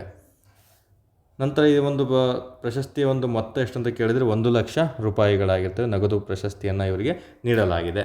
ನಂತರ ಇಲ್ಲಿ ನೋಡಿ 4ನೇ ಆಪ್ಷನ್ ಇದೆಯಲ್ಲ, ಇದನ್ನು ಗಮನಿಸಬೇಕು, ತುಂಬಾ ಇಂಪಾರ್ಟೆಂಟ್. ಇದು 2024ನೇ ಸಾಲಿನ ಒಂದು ಕೇಂದ್ರ ಸಾಹಿತ್ಯ ಅಕಾಡೆಮಿ ಪ್ರಶಸ್ತಿ ಯಾರಿಗೆ ಲಭಿಸಿದೆ ಅಂತ 2023ನೇ ಸಾಲಿನ ಒಂದು ಕೇಂದ್ರ ಸಾಹಿತ್ಯ ಅಕಾಡೆಮಿ ಯಾರಿಗೆ ಲಭಿಸಿದೆ ಅಂತ ಕೇಳ್ತಾನೆ. 23. ಯಾಕಂದರೆ 23 24ರಲ್ಲಿ ಕೊಡ್ತಾರೆ, 24 25ರಲ್ಲಿ ಈ ಥರ ಒಂದು ಸ್ವಲ್ಪ ಟೈಮ್ಗಳು ಒಂದು ಮಂತ್ಗಳು ವೇರಿಯೇಷನ್ ಆಗ್ತಾ ಬರ್ತವೆ ಸ್ನೇಹಿತರೆ. 2023ನೇ ಸಾಲಿನ ಒಂದು ಕೇಂದ್ರ ಸಾಹಿತ್ಯ ಅಕಾಡೆಮಿ ಪ್ರಶಸ್ತಿ ಲಕ್ಷ್ಮೀಶ ತೋಳ್ಪಾಡಿ ಅವರಿಗೆ ಯಾವ ಕೃತಿಗೆ ದೊರಕಿತ್ತು ಅಂತಲೂ ಸಹ ಕೇಳ್ಬಿಡ್ತಾನೆ ನಿಮಗೆ ಕೆಲವೊಮ್ಮೆ. ಒಂದು ಮಹಾಭಾರತ ಅನುಸಂಧಾನ ಅಂತ ಬರುತ್ತೆ. ಮಹಾಭಾರತ ಅನುಸಂಧಾನ ಎಂಬ ಕೃತಿಗೆ ಇವರಿಗೆ ದೊರಕಿರುತ್ತೆ. ತುಂಬಾ ಇಂಪಾರ್ಟೆಂಟು. ಮಹಾಭಾರತ ಅನುಸಂಧಾನ ಎಂಬ ಕೃತಿಗೆ ಯಾರಿಗೆ ಕೇಂದ್ರ ಸಾಹಿತ್ಯ ಅಕಾಡೆಮಿ ಪ್ರಶಸ್ತಿ ದೊರಕಿತು ಅಂತ ಕೇಳ್ತಾರೆ. ಲಕ್ಷ್ಮೀಶ ತೋಳ್ಪಾಡಿ ಅವರಾಗಿರ್ತಾರೆ. ಇವರೊಬ್ಬರ ಬಗ್ಗೆ ಆಲ್ರೆಡಿ ಮಾಹಿತಿ ಕಳೆದ ಪ್ರಶ್ನೆಯಲ್ಲಿ ಹೇಳಿದ್ದೀನಿ ಸ್ನೇಹಿತರೆ, ಮತ್ತೇನು ಹೇಳೋದಿಲ್ಲ. ಇನ್ನು ಮತ್ತೆ GK ಏನು ಹೇಳಿದಿಲ್ಲ, ನೀವು ಓದ್ಕೋಬೇಕು. ಕೇಂದ್ರ ಸಾಹಿತ್ಯ ಅಕಾಡೆಮಿ ಪ್ರಶಸ್ತಿ ಮೊದಲು ಕುವೆಂಪು ಅವರಿಗೆ ಬಂತು, ಎಷ್ಟರಲ್ಲಿ ಬಂತು, ಯಾವ ಕೃತಿಗೆ ಬಂತು ಅನ್ನೋದು ಸಹ ನೋಡ್ಕೋಬೇಕು. ಮತ್ತು ರೀಸೆಂಟ್ ಒಂದು 4 ಜನದ್ದು ನೋಡ್ಕೋಬೇಕು. ಯಾಕಂದರೆ ನಿಮಗೆ ಮ್ಯಾಚ್ ದಿ ಫಾಲೋಯಿಂಗ್ ಕೇಳ್ಬಿಡ್ತಾನೆ. 2022, 23, 24, 25 ಅಂತ ಕೊಟ್ಬಿಟ್ಟು ಈ ಕಡೆ ಕವಿಗಳನ್ನ ಕೊಟ್ಬಿಡ್ತಾರೆ. ಯಾವ ವರ್ಷದಲ್ಲಿ ಯಾರಿಗೆ ಲಭಿಸಿದೆ ಕೇಂದ್ರ ಸಾಹಿತ್ಯ ಅಕಾಡೆಮಿ ಪ್ರಶಸ್ತಿ ಅಂತ ಕೇಳುವಂಥ ಚಾನ್ಸಸ್ಸು ತುಂಬಾ ಇರುತ್ತೆ. ಈ ರೀತಿ ನೀವು ಸ್ಮಾರ್ಟ್ ವರ್ಕ್ ಮಾಡಲೇಬೇಕಾಗುತ್ತೆ. ಓಕೆ, ನೆಕ್ಸ್ಟ್ ಈ ಪ್ರಶ್ನೆಯನ್ನು ಸಹ ನಾವು ಎಕ್ಸಾಮಲ್ಲಿ ಎಕ್ಸ್ಪೆಕ್ಟ್ ಮಾಡ್ಬೋದು ಸ್ನೇಹಿತರೆ. ಈ ಥರ ಪ್ರಶ್ನೆಗಳು ಇತ್ತೀಚಿನ ಎಕ್ಸಾಮ್ಗಳಲ್ಲಿ ಜಾಸ್ತಿ ಕೇಳ್ತಿದ್ದಾರೆ. ಓಕೆ, ಇತ್ತೀಚಿನ ವರದಿ ಪ್ರಕಾರ ಕರ್ನಾಟಕವು ಅರಣ್ಯ ಕುಸಿತದಲ್ಲಿ ಈ ಕೆಳಗಿನ ಎಷ್ಟನೇ ಸ್ಥಾನವನ್ನು ಪಡೆದುಕೊಂಡಿದೆ ಅಂತ ಪ್ರಶ್ನೆ ನಿಮಗೆ ಕೇಳಲಾಗ್ತದೆ, ಸುದ್ದಿಯಲ್ಲಿದೆ, ಹಾಗಾಗಿ ಕೇಳ್ತಾರೆ ಸ್ನೇಹಿತರೆ. ಏನು ಈ ISFR ಅಂತ ಬರುತ್ತಿದೆ, ಯಾವಾಗಲೂ ಪ್ರಶ್ನೆ ಕೇಳ್ತಾನೆ. ISFR ಅಂದರೆ ಇಂಡಿಯನ್ ಸ್ಟೇಟ್ ಫಾರೆಸ್ಟ್ ರಿಪೋರ್ಟ್ ಅಂತ ಕರಿತೀವಿ. ಅದ್ರ ಫುಲ್ ಫಾರ್ಮ್ ನಿಮಗೆ ಇಂಪಾರ್ಟೆಂಟ್ ಆಗುತ್ತೆ. ಇಂಡಿಯಾ ಸ್ಟೇಟ್ ಫಾರೆಸ್ಟ್ ರಿಪೋರ್ಟ್ ಇತ್ತೀಚೆಗೆ ಒಂದು ವರದಿಯನ್ನು ನೀಡಿದೆ ಸ್ನೇಹಿತರೆ. ಏನು ವರದಿ ಅಂದರೆ ಯಾವ ರಾಜ್ಯಗಳಲ್ಲಿ ಅತಿ ಹೆಚ್ಚಾಗಿ ಅರಣ್ಯ ಕುಸಿತ ಆಗಿದೆ ಅಂತ ನಿಮಗೆ ಪ್ರಶ್ನೆಗಳನ್ನು ಕೇಳಲಾಗ್ತದೆ. ನಮಗೆ ಟೋಟಲ್ಲು ಒಂದು 612 ಚದುರ ಕಿಲೋಮೀಟರ್ ಅಷ್ಟು ಅರಣ್ಯ ಎಲ್ಲಿ ನಾಶ ಆಗಿದೆ ಅಂತ ಪ್ರಶ್ನೆ ಆಗಿದೆ. MP ಮಧ್ಯಪ್ರದೇಶದಲ್ಲಿ ಅತಿ ಹೆಚ್ಚು ಅರಣ್ಯ ನಾಶ ಆಗಿದೆ ಅಂತ ವರದಿಯನ್ನು ನೀಡಿದೆ. ನಂತರ ಎರಡನೇ ಸ್ಥಾನದಲ್ಲಿ ನಮಗೆ 459 ಚದುರ ಕಿಲೋಮೀಟರ್ ಅಷ್ಟು ಕರ್ನಾಟಕದಲ್ಲಿ ಅರಣ್ಯ ನಾಶ ಆಗಿದೆ ಅಂತೇಳಿ ISFR ಇತ್ತೀಚೆಗೆ ಒಂದು ವರದಿಯನ್ನು ನೀಡಿದೆ ಸ್ನೇಹಿತರೆ. ಇದು ತುಂಬಾ ಇಂಪಾರ್ಟೆಂಟ್ ಆಗಿರುತ್ತೆ. ಇನ್ನು ನಮಗೆ ಇದು ನಾಶ ಆಗಿದ್ದು, ಬಟ್ ವೃದ್ಧಿ ಆಗಿದ್ದೆಲ್ಲಿ, ಅತಿ ಹೆಚ್ಚಾಗಿ ಸ್ವಲ್ಪ ಬೆಳವಣಿಗೆ ಎಲ್ಲಿ ಕಾಣ್ತಾ ಇದೆ, ಯಾವ ಒಂದು ಅರಣ್ಯಗಳಲ್ಲಿ ಕಾಣ್ತಾ ಇದೆ ಅಂತಲೂ ಸಹ ನಿಮಗೆ ಪ್ರಶ್ನೆಗಳನ್ನೇ ಕೇಳ್ತಾ ಬರ್ತಾರೆ. ಅತಿ ಹೆಚ್ಚಾಗಿ ಅರಣ್ಯ ಪ್ರದೇಶ ಎಲ್ಲಿ ಹೆಚ್ಚಾಗ್ತಿದೆ ಅಂತಲೂ ಸಹ ಪ್ರಶ್ನೆ ಕೇಳ್ತಾನೆ. ಒಂದು ಛತ್ತೀಸ್ಗಢ. ಓಕೆ, ಛತ್ತೀಸ್ಗಢ ಜಿಲ್ಲೆಯಲ್ಲಿ ಅತಿ ಹೆಚ್ಚಾಗ್ತಾ ಬಂದಿದೆ. ನಂತರ UP ಉತ್ತರ ಪ್ರದೇಶದಲ್ಲಿ ಅತಿ ಹೆಚ್ಚಾಗ್ತಾ ಬರ್ತಿದೆ. ಮತ್ತು ಒಡಿಶಾದಲ್ಲಿ ಅತಿ ಹೆಚ್ಚು ಪ್ರಮಾಣದಲ್ಲಿ ಅರಣ್ಯ ಮತ್ತು ಮರಗಳು ವೃದ್ಧಿಯಾದಂತಹ ರಾಜ್ಯಗಳಿಗೆ ಉದಾಹರಣೆಗಳಾಗಿರ್ತವೆ. ಅತಿ ಹೆಚ್ಚಾಗಿ ಎಲ್ಲಿ ವೃದ್ಧಿಯಾಗಿದೆ ಅಂತ ಪ್ರಶ್ನೆ ಕೇಳ್ತಾನೆ. ಅದು ಛತ್ತೀಸ್ಗಢ, UP ಮತ್ತು ಒಡಿಶಾದಲ್ಲಿ ಸ್ನೇಹಿತರೆ. ಅತಿ ಕಡಿಮೆ ಆಗಿರೋದು ಮಧ್ಯಪ್ರದೇಶ ಮತ್ತು ಕರ್ನಾಟಕದಲ್ಲಿ. ಓಕೆ, ಮೊದಲನೇ ಪ್ಲೇಸ್ ಮಧ್ಯಪ್ರದೇಶ ಆದರೆ ಎರಡನೇ ಪ್ಲೇಸ್ ನಮ್ಮ ಕರ್ನಾಟಕ ಆಗಿರುತ್ತೆ. ಹಾಗಾದರೆ ಇದಕ್ಕೆ ಸರಿ ಉತ್ತರ ಏನು ನಿಮಗೆ ಗೊತ್ತಾಗುತ್ತೆ. ಎಲ್ಲರಿಗೂ ಎರಡನೇ ಸ್ಥಾನವನ್ನು ಪಡೆದುಕೊಂಡಿದೆ. ನೋಡಿ, ಈ ರಿಪೋರ್ಟು ಇಂಪಾರ್ಟೆಂಟ್ ಆಗಿರುತ್ತೆ. ಇವೆಲ್ಲ ಮಾಹಿತಿ ಡೇಟಾನು ಸಹ ನಮಗೆ ಇಂಪಾರ್ಟೆಂಟ್ ಆಗಿರುತ್ತೆ. ನಂತರ ಒಂದು GK ಪ್ರಶ್ನೆ ಕೇಳ್ತಾನೆ. 1988 ರಾಷ್ಟ್ರೀಯ ಅರಣ್ಯ ನೀತಿಯ ಪ್ರಕಾರ ಭಾರತದಲ್ಲಿ ಒಂದು ದೇಶದ ಒಟ್ಟು ಭೂಭಾಗದಲ್ಲಿ ಎಷ್ಟು % ಅರಣ್ಯ ಇರಬೇಕು ಅಂತ ಪ್ರಶ್ನೆ ಕೇಳ್ತಾ ಬರ್ತಾನೆ ಸ್ನೇಹಿತರೆ. ನಮಗೆ 33% ಅಷ್ಟು ಅರಣ್ಯ ಇರಬೇಕು. 33% ತುಂಬ ಬಾರಿ ರಿಪೀಟ್ ಆಗಿದೆ. ಒಂದು ಭಾರತದ ಭೂಗೋಳದಲ್ಲಿ ಒಂದು ಪ್ರದೇಶದಲ್ಲಿ 1988 ರಾಷ್ಟ್ರೀಯ ಅರಣ್ಯ ನೀತಿ ಪ್ರಕಾರ ಎಷ್ಟು ಪ್ರದೇಶವನ್ನು ಹೊಂದಿರಬೇಕಂತ ಕೇಳಿದರೆ ಒಟ್ಟು ಭೂಮಿಯಲ್ಲಿ 33% ಅಷ್ಟು ಅರಣ್ಯವನ್ನು ಹೊಂದಿರಬೇಕು. ಬಟ್ ಪ್ರಸ್ತುತ ನಮ್ಮ ಭಾರತ ಎಷ್ಟು ಹೊಂದಿದೆ ಅಂತ ಕೇಳಿದರೆ ಲಿಮಿಟ್ ಇನ್ನೂ ರೀಚ್ ಆಗಿಲ್ಲ ಸ್ನೇಹಿತರೆ. ಕೇವಲ 25.17% ಅಷ್ಟು ಭಾರತ ಪ್ರೆಸೆಂಟು ಅರಣ್ಯ ಪ್ರದೇಶವನ್ನು ಕವರ್ ಮಾಡ್ಕೊಂಡಿದೆ. ಇದನ್ನು ಸಹ ಇಂಪಾರ್ಟೆಂಟ್ ಆಗಿರುತ್ತೆ. ನಂತರ ಅರಣ್ಯಗಳ ಗಾತ್ರ ಎಲ್ಲಿ ಯಾವ ಒಂದು ರಾಜ್ಯಗಳಲ್ಲಿ ದೊಡ್ಡದಾಗಿದೆ ಅಂತಲೂ ಕೇಳ್ತಾನೆ. ಮಧ್ಯಪ್ರದೇಶ ಆಗಿರ್ಬೋದು, ಅರುಣಾಚಲ ಪ್ರದೇಶ ಆಗಿರ್ಬೋದು ಮತ್ತು ಮಹಾರಾಷ್ಟ್ರ, 3 ರಾಜ್ಯಗಳು ಸಹ ಅರಣ್ಯಗಳ ಗಾತ್ರ ದೊಡ್ಡದಾಗಿದೆ ಆಸ್ ಫರ್ ಒಂದು ಇತ್ತೀಚಿನ ರಿಪೋರ್ಟ್ ಪ್ರಕಾರ. ಅದನ್ನು ಸಹ ಇಂಪಾರ್ಟೆಂಟ್ ಆಗಿರುತ್ತೆ. ಇವೆಲ್ಲ ವೃದ್ಧಿಯಾದ ರಾಜ್ಯಗಳಾಗಿರ್ತವೆ. ಮುಂದಿನ ಪ್ರಶ್ನೆ. ಓಕೆ, ಇದು ಸಹ 100% ಪ್ರಶ್ನೆ ಆಗುತ್ತೆ ಎಲ್ಲ ಎಕ್ಸಾಮ್ಗಳಿಗೂ. 87ನೇ ಅಖಿಲ ಭಾರತ ಕನ್ನಡ ಸಾಹಿತ್ಯ ಸಮ್ಮೇಳನದ ಅಧ್ಯಕ್ಷತೆ ವಹಿಸಿಕೊಂಡವರು ಯಾರು ಅಂತ ನಿಮಗೆಲ್ಲರೂ ಸಹ ಗೊತ್ತು. ಎಲ್ಲರೂ ಸಹ ಓದಿರ್ತೀರ. ಡೈರೆಕ್ಟಾಗಿ ಉತ್ತರಕ್ಕೆ ಬರ್ತೀನಿ. ಗೋರು ಚನ್ನಬಸಪ್ಪ ಅವರು ಇತ್ತೀಚೆಗೆ ಈ ಭಾರತದ ಅಖಿಲ ಭಾರತ ಕನ್ನಡ ಸಾಹಿತ್ಯ ಸಮ್ಮೇಳನದ ಅಧ್ಯಕ್ಷತೆಯನ್ನು ವಹಿಸಿಕೊಂಡವರು ಗೋರು ಚನ್ನಬಸಪ್ಪ ಆಗಿರ್ತದೆ. ಎಷ್ಟನೇ ಕನ್ನಡ ಸಾಹಿತ್ಯ ಸಮ್ಮೇಳನ ಅಂತ ಕೇಳ್ತಾರೆ? 87ನೇ ಕನ್ನಡ ಸಾಹಿತ್ಯ ಸಮ್ಮೇಳನ ಅಂತ ನೆನಪಲ್ಲಿ ಇಟ್ಕೋಬೇಕಾಗುತ್ತೆ ಸ್ನೇಹಿತರೆ. ಇದು ಎಲ್ಲಿ ಜರುಗಿತ್ತು ಎಲ್ರಿಗೂ ಸಹ ಗೊತ್ತು. ಮಂಡ್ಯ ಜಿಲ್ಲೆಯಲ್ಲಿ ಜರುಗಿರುತ್ತೆ. ಓಕೆ, ಇಲ್ಲೊಂದು ಲಾಂಛನನೂ ಸಹ ಎಲ್ಲರೂ ನೋಡಿರ್ತಾರೆ. ಲಾಂಛನ ಯಾವ ರೀತಿ ಇತ್ತು ಅಂತ ಅದ್ರ ಬಗ್ಗೆ ಏನು ಚಿತ್ರ ನಾನು ಹೇಳೋದಕ್ಕೋಗಲ್ಲ. ಲಾಂಛನ ಅಂತ ಬಂದಾಗ ಈ ಲಾಂಛನವನ್ನು ಅಭಿವೃದ್ಧಿಪಡಿಸಿದವರು ಶಂಕರ್ ಅವರಾಗಿರ್ತಾರೆ. ಮತ್ತು ಈ ಲಾಂಛನದಲ್ಲಿ ಯಾವ ಒಂದು ಧ್ಯೇಯವಾಕ್ಯ ಇತ್ತು ಅಂತ ಕೇಳ್ತಾನೆ. ಸಕ್ಕರೆಯ ನಾಡು ಅಕ್ಕರೆಯ ಬೀಡು ಅಂತ ನಿಮಗೆ ಸ್ಟೇಟ್ಮೆಂಟನ್ನು ಇಲ್ಲಿ ಕೊಟ್ಟಿರ್ತಾರೆ ಸ್ನೇಹಿತರೆ. ಒಂದು ಧ್ಯೇಯವಾಕ್ಯ ಸಕ್ಕರೆಯ ನಾಡು ಅಕ್ಕರೆಯ ಬೀಡು ಅನ್ನೋದನ್ನ ನೆನಪಲ್ಲಿರಬೇಕಾಗುತ್ತೆ. ನಂತರ ನಮಗೆ ಇತ್ತೀಚೆಗೆ ಯಾರು ಅಧ್ಯಕ್ಷತೆ ವಹಿಸ್ಕೊಂಡಿದ್ರು? ಗೋರು ಚನ್ನಬಸಪ್ಪ ಅಂತ. ಹಾಗಾದರೆ 86ನೇ ಕನ್ನಡ ಸಾಹಿತ್ಯ ಸಮ್ಮೇಳನದ ಅಧ್ಯಕ್ಷತೆಯನ್ನು ವಹಿಸ್ಕೊಂಡಿದ್ರು ಯಾರು ಅಂತ ಕೇಳಿದರೆ ಇಲ್ಲಿ ನೋಡಿ ಮೊದಲನೇ ಆಪ್ಷನ್ ದೊಡ್ಡ ರಂಗೇಗೌಡ ಅವರು. ಇದು ಹಾವೇರಿ ಜಿಲ್ಲೆಯಲ್ಲಿ ಲಾಸ್ಟ್ ಇಯರು ಅಲ್ಲಿ ದೊಡ್ಡ ರಂಗೇಗೌಡ ಅವರು ಅಧ್ಯಕ್ಷತೆಯನ್ನು ವಹಿಸ್ಕೊಂಡಿರ್ತಾರೆ. ಇತ್ತೀಚೆಗೆ ಅಂತ ಕೇಳಿದರೆ 87ನೇದು, ಅದಕ್ಕೆ ಅಧ್ಯಕ್ಷತೆ ವಹಿಸ್ಕೊಂಡಿದ್ರು ಗೋರು ಚನ್ನಬಸಪ್ಪ. ಇನ್ನು ಈ 2 ಆಪ್ಷನ್ ಸುಮ್ಮನೆ ಕೊಟ್ಟಿಲ್ಲ, ಅದಕ್ಕೆ ಲಿಂಕ್ ಕೊಟ್ಟಿರ್ತೀನಿ. ಚದುರಂಗ ಮತ್ತು ಜಯದೇವಿ ತಾಯಿ ಲಿಗಾಡಿ ಇದಕ್ಕಿಂತ ಮುಂಚೆ ಮಂಡ್ಯದಲ್ಲಿ ನಡೆದಂತಹ ಕನ್ನಡ ಸಾಹಿತ್ಯ ಸಮ್ಮೇಳನದ ಅಧ್ಯಕ್ಷತೆಯನ್ನು ವಹಿಸಿಕೊಂಡಿರ್ತಾರೆ. ಎಕ್ಸಾಂಪಲ್ ಇವ್ರ ಬಗ್ಗೆ ಪ್ರಶ್ನೆ ಆಗಿದೆ.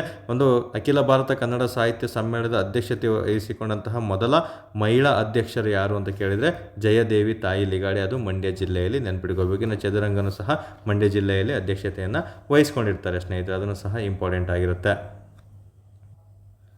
ಇನ್ನು ನೆಕ್ಸ್ಟ್ ಇನ್ನು ಗಣಿನಾಡು ಅಂತ ಏನು ಕರಿತೀವಿ ನಾವು, ಗಣಿನಾಡು ಅಂತ ಏನು ಬಳ್ಳಾರಿ ನಮ್ಮ ಬಳ್ಳಾರಿ ಜಿಲ್ಲೆಯಲ್ಲಿ ಮುಂದಿನ ಒಂದು 88ನೇ ಕನ್ನಡ ಸಾಹಿತ್ಯ ಸಮ್ಮೇಳನ ಜರುಗಲಿದೆ ಅಂತ ಹೇಳ್ಬಿಟ್ಟು ಮಾಹಿತಿ ಸಿಕ್ಕಿದೆ. ಸೊ ನೆಕ್ಸ್ಟ್ ಕನ್ನಡ ಸಾಹಿತ್ಯ ಸಮ್ಮೇಳನ ಎಲ್ಲಿ ಜರುಗುತ್ತೆ ಅಂತ ಕೇಳಿದರೆ ಬಳ್ಳಾರಿ ಜಿಲ್ಲೆಯಲ್ಲಿ. ಇದನ್ನು ಸಹ ನೀವು ನೆನಪಲ್ಲಿರಬೇಕಾಗುತ್ತೆ.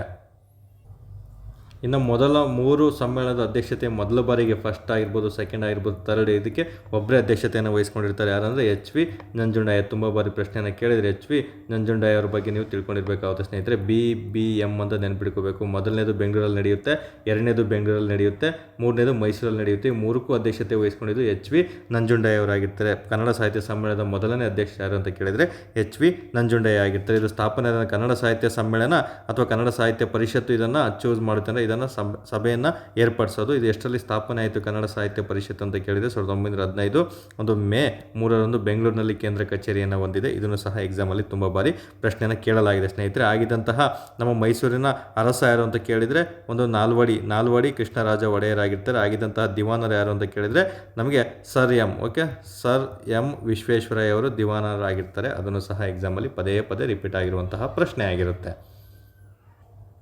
ಓಕೆ, ಈ ರೀತಿ GK ಪ್ರಶ್ನೆಗಳು ಸಹ ನೀವು ಲಿಂಕ್ ಮಾಡಿಕೊಂಡು ಕನ್ನಡ ಸಾಹಿತ್ಯಕ್ಕೆ ಸಂಬಂಧಪಟ್ಟಂತೆ ಓದಬೇಕು. ಯಾಕಂದರೆ ಎಲ್ಲ ಎಕ್ಸಾಮ್ಗಳು ಅಷ್ಟೇ, ಎಕ್ಸಾಮ್ಗಿಂತ ಬಿಫೋರ್ 15 ದಿನದಿಂದ ಮುಂಚೆ ಎಲ್ಲ ಕರ್ನಾಟಕದ ಪ್ರಶಸ್ತಿಗಳು ಮತ್ತು ಭಾರತದಲ್ಲಿ ನೀಡಿರುವಂತಹ ಪ್ರಶಸ್ತಿಗಳಾಗಿರ್ಬೋದು, ಇಂಡಿಯಾ ಪ್ರಶಸ್ತಿಗಳಾಗಿರ್ಬೋದು, ಮತ್ತು ಇಂಟರ್ನ್ಯಾಷನಲ್ ಪ್ರಶಸ್ತಿಗಳು, ಮ್ಯಾನ್ ಬೂಕರ್ ಅಂತೆಲ್ಲ ಬರ್ತವೆ, ಬೇರೆ ಬೇರೆ ಅರ್ತ್ ಚಾಂಪಿಯನ್ಸ್ ಅಂತೆಲ್ಲ ಬರುತ್ತೆ, ಪಿಲಿಟ್ಜರ್ ಪ್ರಶಸ್ತಿ ಅಂತ ಬರುತ್ತೆ, ಗ್ರಾಮಿ ಪ್ರಶಸ್ತಿ ಯಾರಿಗಾದ್ರೂ ನೀಡಿದ್ದಾರೆ ಅಂತ ಹೇಳ್ಬಿಟ್ಟು ಎಕ್ಸಾಮ್ ಬಿಫೋರ್ ಯಾವುದೇ ಎಕ್ಸಾಮ್ಗೆ ಹೋಗಿ 15 ದಿನದ ಮುಂಚೆ ಇವುಗಳನ್ನು ಒಂದು ಗೂಗಲ್ ಸರ್ಚ್ ಮಾಡಿಕೊಂಡು ರಿಸರ್ಚ್ ಮಾಡಿಕೊಂಡು ಇಟ್ಕೊಂಡಿರಬೇಕಾಗುತ್ತೆ ಸ್ನೇಹಿತರೆ. ಕರ್ನಾಟಕ ಇಂಡಿಯಾ ಮತ್ತು ಇಂಟರ್ನ್ಯಾಷನಲ್ ಪ್ರಶಸ್ತಿಗಳು ಯಾರ್ಯಾರಿಗೆ ನೀಡಿದೆ ಅಂತ ಹೇಳ್ಬಿಟ್ಟು ವರ್ಡ್ ಕ್ವಶನ್ ಪೇಪರ್ ನೋಡಿ ಲಿಸ್ಟ್ ಔಟ್ ಮಾಡ್ಕೋಬೇಕು. ಯಾವ್ಯಾವ ಪ್ರಶ್ನೆ ಕೇಳಿದ್ರೆ ಅಂತ ಅವೇ ಪ್ರಶ್ನೆಗಳು ಇತ್ತೀಚೆಗೆ ಯಾರಿಗೆ ನೀಡಿದ್ದಾರೆ ಅಂತ ನಿಮಗೆ ಪ್ರಶ್ನೆಗಳನ್ನು ಇಲ್ಲಿ ಕೇಳಲಾಗ್ತದೆ. ಇದು ತುಂಬಾ ಇಂಪಾರ್ಟೆಂಟು, ಇಂಟರ್ನ್ಯಾಷನಲ್ ಅನ್ನೋದು ನೆನಪಲ್ಲಿರಬೇಕಾಗುತ್ತೆ. ಓಕೆ, ಇಷ್ಟು ಸಹ ಇವತ್ತಿನ ಬಹುಮುಖ್ಯ ಕರೆಂಟ್ ಅಫೇರ್ಸ್ ಆಗಿರುತ್ತೆ ಸ್ನೇಹಿತರೆ. ಇಷ್ಟು ಹೇಳ್ತಾ ಈ ಒಂದು ಕ್ಲಾಸಸ್ ಮುಗಿಸ್ತಾ ಇದ್ದೀನಿ. ಧನ್ಯವಾದಗಳು.